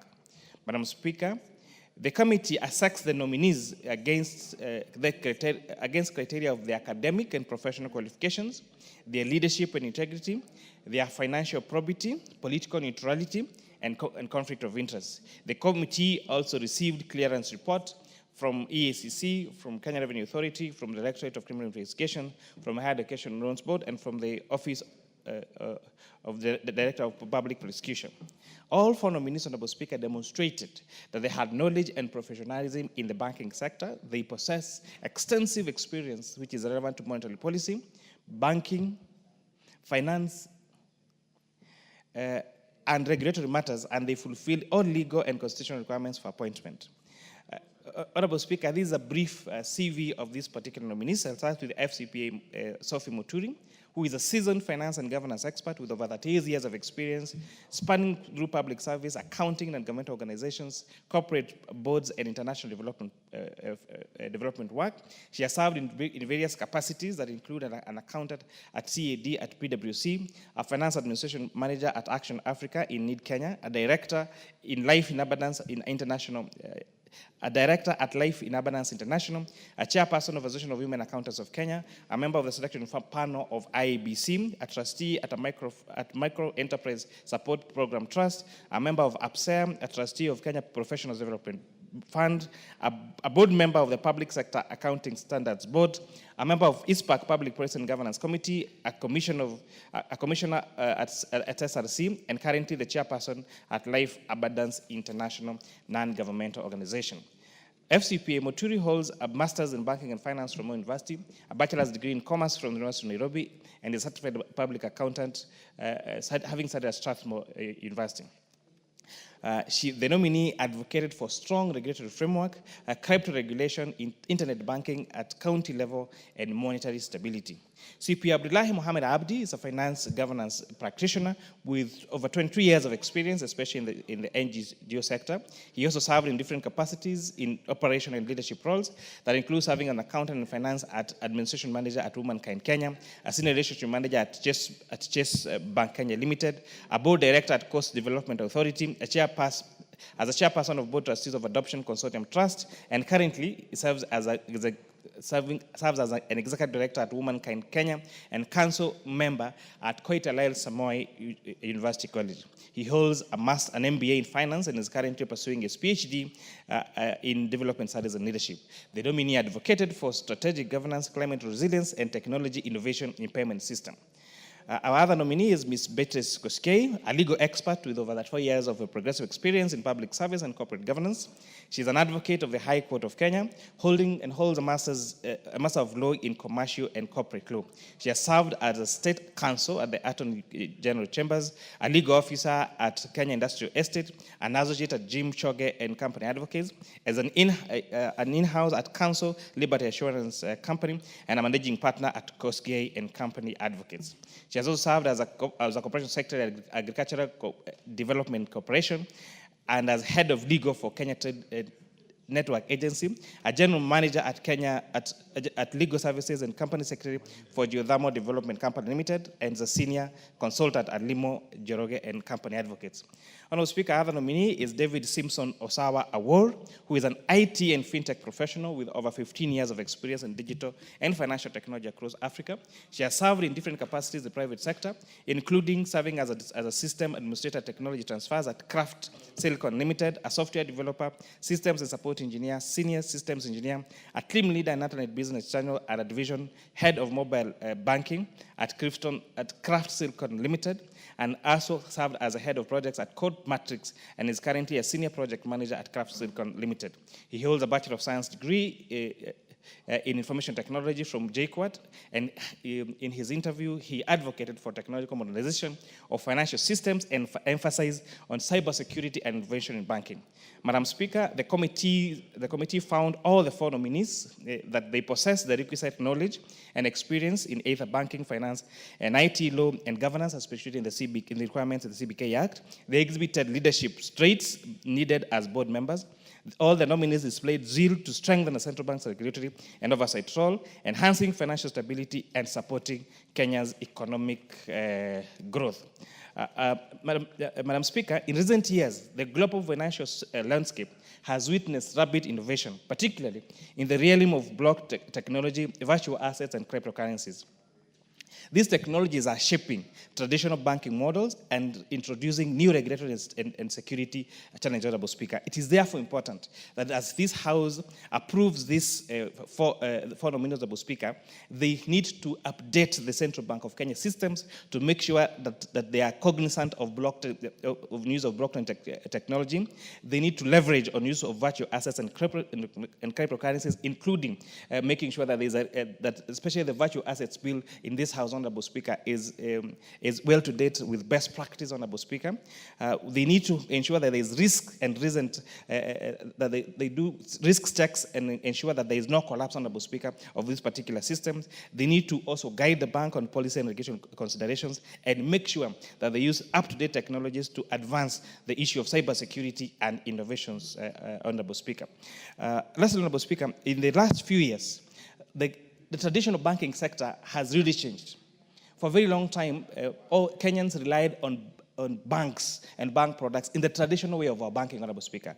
But of late, for example, you've seen uptick of digital loans now accounting to 52.79% of all active loan accounts, with a total outstanding balance, Honorable Speaker, of 158 billion shillings, Honorable Speaker. Loans like Fuliza, that overdraft facility, and M-Pesa disbursed 804 billion shillings in the last 12 months, as at March 2024, which averaged 2.3 billion shillings daily. Other products like KCB, M-Pesa, and M-Shwari disbursed 83.7 billion shillings and 42 billion shillings, respectively, Honorable Speaker. However, despite this growth, Honorable Speaker, the cost of these credit through platforms, Honorable Speaker, although they provide such a great convenience, they are very accessible within a very short period of time, and especially also accessible to those outside formal employment, Honorable Speaker, the interest rates remain very expensive. Honorable Speaker, I tried to do a small analysis of how these interest rates are, Honorable Speaker. And just to give an example, KCB M-Pesa loan, when you hold a M-Pesa a KCB account and you take a digital loan on your KCB account, Honorable Speaker, they charge interest rate of 7.5% per 30 days for amounts between 50 shillings and 1 million shillings, Honorable Speaker. The repayment period is within 30 days. When you calculate the efficient annualized interest rate, this comes to 130%. If you check, for example, the M-Shwari, the product by NCBA and Safaricom, at 7.5% per 30 days, they offer between 100 and 1 million shillings within 30 days. That brings an annualized rate of 130%. If you take as another product, the M-Corp Cash, when you, both of us are members of cooperative bank account, when you go to your app and you take that loan, Honorable Speaker, they charge between 8 and 12% one time for a period of 30 to 90 days. They will offer you between 1,000 shillings and 500,000 shillings, repayment period of 1 to 3 months. The annualized interest rates, taking the spread between 8 and 12%, is between 107 and 207% per annum, Honorable Speaker.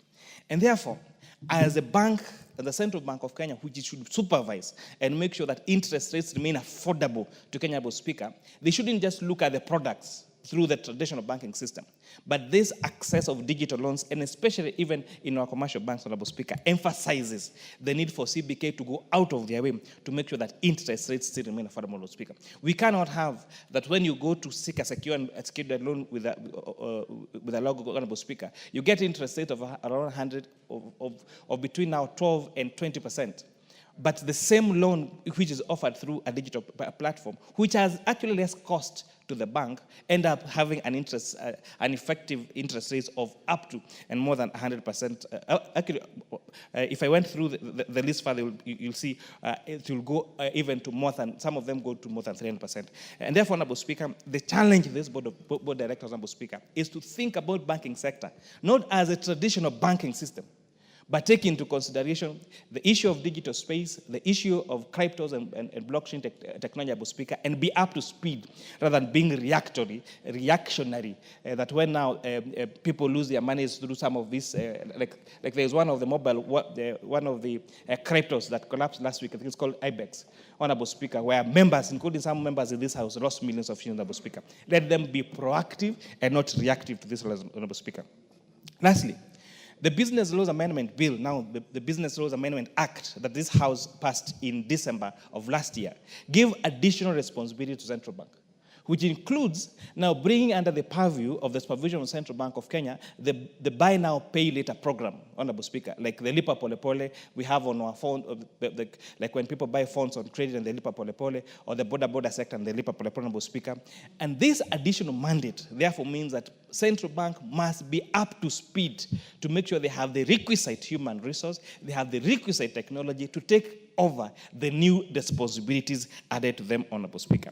So as CBK transitions into a modernized future, the new board's capacity is to balance innovation, stability, and consumer protection, and this is going to be very critical. A clear regulatory framework for virtual assets and active engagement in Pan-African financial integration is no longer optional, but very essential. Madam Speaker, in view of the foregoing, the joint committees therefore recommend that this House approves FCPA Sophie Muturi, CPA Abdullahi Mohamed Abdi, Ms. Beatrice Kosgei, and Mr. David Simpson Osawa Awor for the appointment as members of the board of the Central Bank of Kenya. Their wealth of experience will be instrumental in steering Kenya's financial sector into a future of stability, innovation, and inclusive economic growth. Madam Speaker, I respectfully urge my colleagues in this House to approve and adopt this committee's report for the appointment of this board directors of the Central Bank of Kenya. I beg to move and request the Honorable CPA Ruto, the great member of Parliament for the people of Kasese constituency, to second. CPA Ruto. Thank you so much, Madam Speaker. As I rise to second, I also want to confirm indeed, as one of the members of the Committee of Finance and National Planning, joined with the Standing Committee of Finance and Budgeting, the Senate, indeed, we were able to establish the candidates that were nominated for these particular positions to be carrying the requisite experience and knowledge about what is expected of them. Madam Speaker, rightly to say, the economic situation of countries, Kenya being one, requires a people that are able to understand and measure the dimension that the country is going. And therefore, bringing on board these particular people, it will be a direction that Kenya should be focusing on expanding our economy through the right policies. What we are calling on them, as I request this particular House to approve these nominees, is to ensure that they bring on board proper governance and a focus that is able to accommodate the changes in the technology aspect so that we're able to push our economy in terms of industrialization and innovation, and on both the young people, the young Kenyans who have shown passion and energy in participating in building our economic blocks. Lastly, Madam Speaker, during this particular vetting, we had a challenge with one nominee, that is the name Mr. David Simpson Osawa Awor, where his names were varying on document by document, and we had, as a committee, to undertake more due diligence to be able to establish the ownership of the documents that he provided. What I just want to request to Kenyans, whenever you have a challenge on your names in your documentations, please do not waste time. Ensure you regularize your names so that it doesn't bring a challenge that we face as a committee for us to find and ensure that the person indeed we are vetting was the right person, David Simpson Osawa. And with that, Madam Speaker, I beg to second the motion. Thank you. Honourable members, I now propose the question that taking into consideration the findings of the Joint Committee of the National Assembly Departmental Committee on Finance and Planning and the Senate Standing Committee on Finance and Budget on the approval hearing of nominees for appointment as members of the Board of Central Bank of Kenya, laid on the table of the House on Tuesday, 29th April 2025, and pursuant to Section 11.2 of the Central Bank of Kenya Act, Cap 491, this House approves the appointment of the following nominees as members of the Board of Central Bank of Kenya. FCPA Sophie Muturi, 2. CPA Abdullah Mohamed Abdi, 3. Ms. Beatrice Kosgei, and 4. Mr. David Simpson Osawa Awor.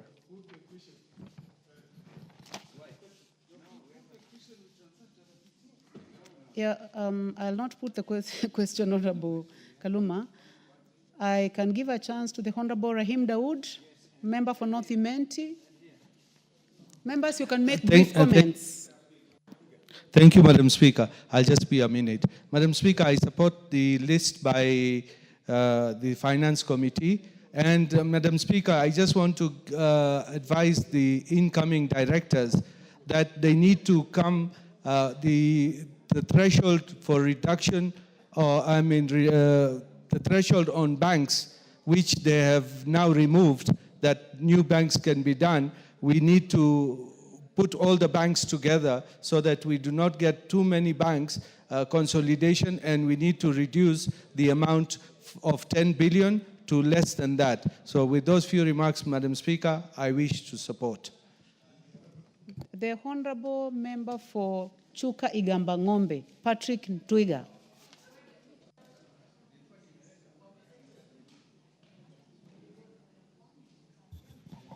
Thank you, Speaker. Speaker, mine is just brief.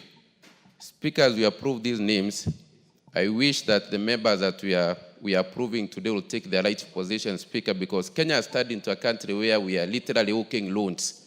Speaker, our people, Kenyans out here have been vanquished by people paying loans with logbooks, with the title deeds. If you go to any electric post, you go to every shop, you go anywhere, there are posters all over. Logbook, you get a loan within 2 minutes. Title deed, you get a loan within 3 minutes. And because Kenyans are needy at times, Madam Speaker, they end up giving their title deeds, they end up giving their logbooks to brokers who end up selling their property, Madam Speaker. So I wish Central Bank can take the right position and control and monitor these online lendings. Madam Speaker, thank you. I support. Honorable Kaluma, what is out of order? Yeah, Honorable Speaker, I'm standing under the relevant provisions of the standing order to ask whether it would be right that the mover be called to reply. Honorable Speaker, the mover gave very detailed information and the report of the committee is very conclusive. I was listening to the members. Really, we are repeating the same thing, nothing new. For the sake of pending business, would the mover be called to reply? Madam Chair. Honorable members, I would like to find out from you whether it is the mood of the House that we call upon the mover to reply.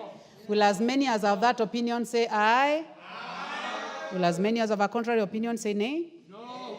The ayes have it. Mover.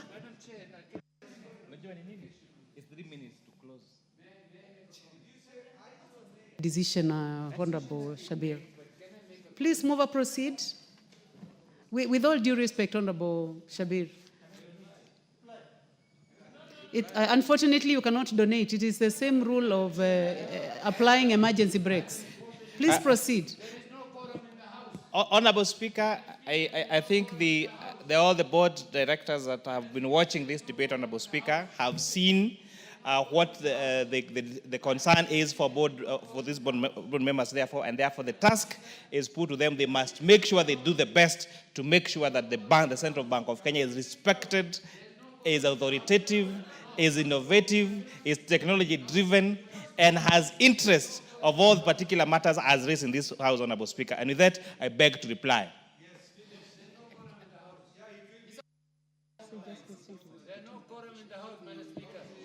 Honorable members, I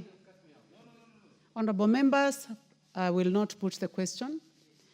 Putting of the question will be done at a time when it will be scheduled by the House Business Committee. Next order. Order number 12, Committee of the Whole House. Yes, Honorable Kaluma, before we make a decision on the Committee of the Whole. Yes, I thank you, Chair. Chair, I'm standing pursuant to Standing Order number 131 to request that the matter under Order number 12 be stepped down for consideration in the future. Honorable Speaker, we have spoken with the mover of this important bill, the Assisted Reproductive Technology Bill, National Assembly Bill number 61 of 2022, the Honorable Millie Odhiambo, who also is the Minority Whip, together with the Chairperson of the Departmental Committee on Health, Honorable Speaker, and taking into consideration the time, barely a few minutes to time, Honorable Speaker, this is a very complex matter. We need a bit of time. Honorable Speaker, this is also a bill which had been referred to the House, by the House, to the relevant committee for harmonization. We've agreed with the mover of the bill and the chair that the chair of the relevant committee will convene us so that we can complete that exercise and file a report here which can then enable the House to transact this important matter in the smoothest and shortest way. Honorable Speaker, I urge that you so direct. Thank you, Honorable Speaker. Thank you very much, Honorable Kaluma. The Honorable Millie Odhiambo is also in the House. I'll give you a minute, and also the chair of the committee. You may proceed first. No, let's go to the chair, and then we'll come to the whip. Chairman, Honorable Nyikal. Thank you, Madam Speaker. We have actually consulted on this matter. This is an extremely complex bill, and there is a process that we've gone through of process of starting to winnow, and still we have a lot of clauses that we actually can agree on, so that when we come, it will probably be easier. Now we'll be making reference to almost 3 different documents. And therefore, if the mover, the proposer of the bill is of the same opinion, I have no objection, and we can arrange the process. Thank you very much, Chair. Whip, Minority Whip, Honorable Millie Odhiambo. Thank you. I know you're not only speaking as the whip, you have a lot of interest in this subject. Yes. Thank you, Madam Speaker. I'm actually the mover of the bill. And Madam Speaker, we have discussed and we have made progress outside the floor. And we have agreed that during the period of recess, we harmonize the process that we have begun. And so, yes, I'm in agreement with both members. Thank you. Thank you very much, honorable members. Having listened to the chairman of the committee and also the Honorable Kaluma and the mover of the bill, the Honorable Millie Odhiambo, I now step down order number 12. Honorable members, and the time now being 1 p.m., this House stands adjourned until today, Wednesday, 30th April 2025 at 2:30 p.m.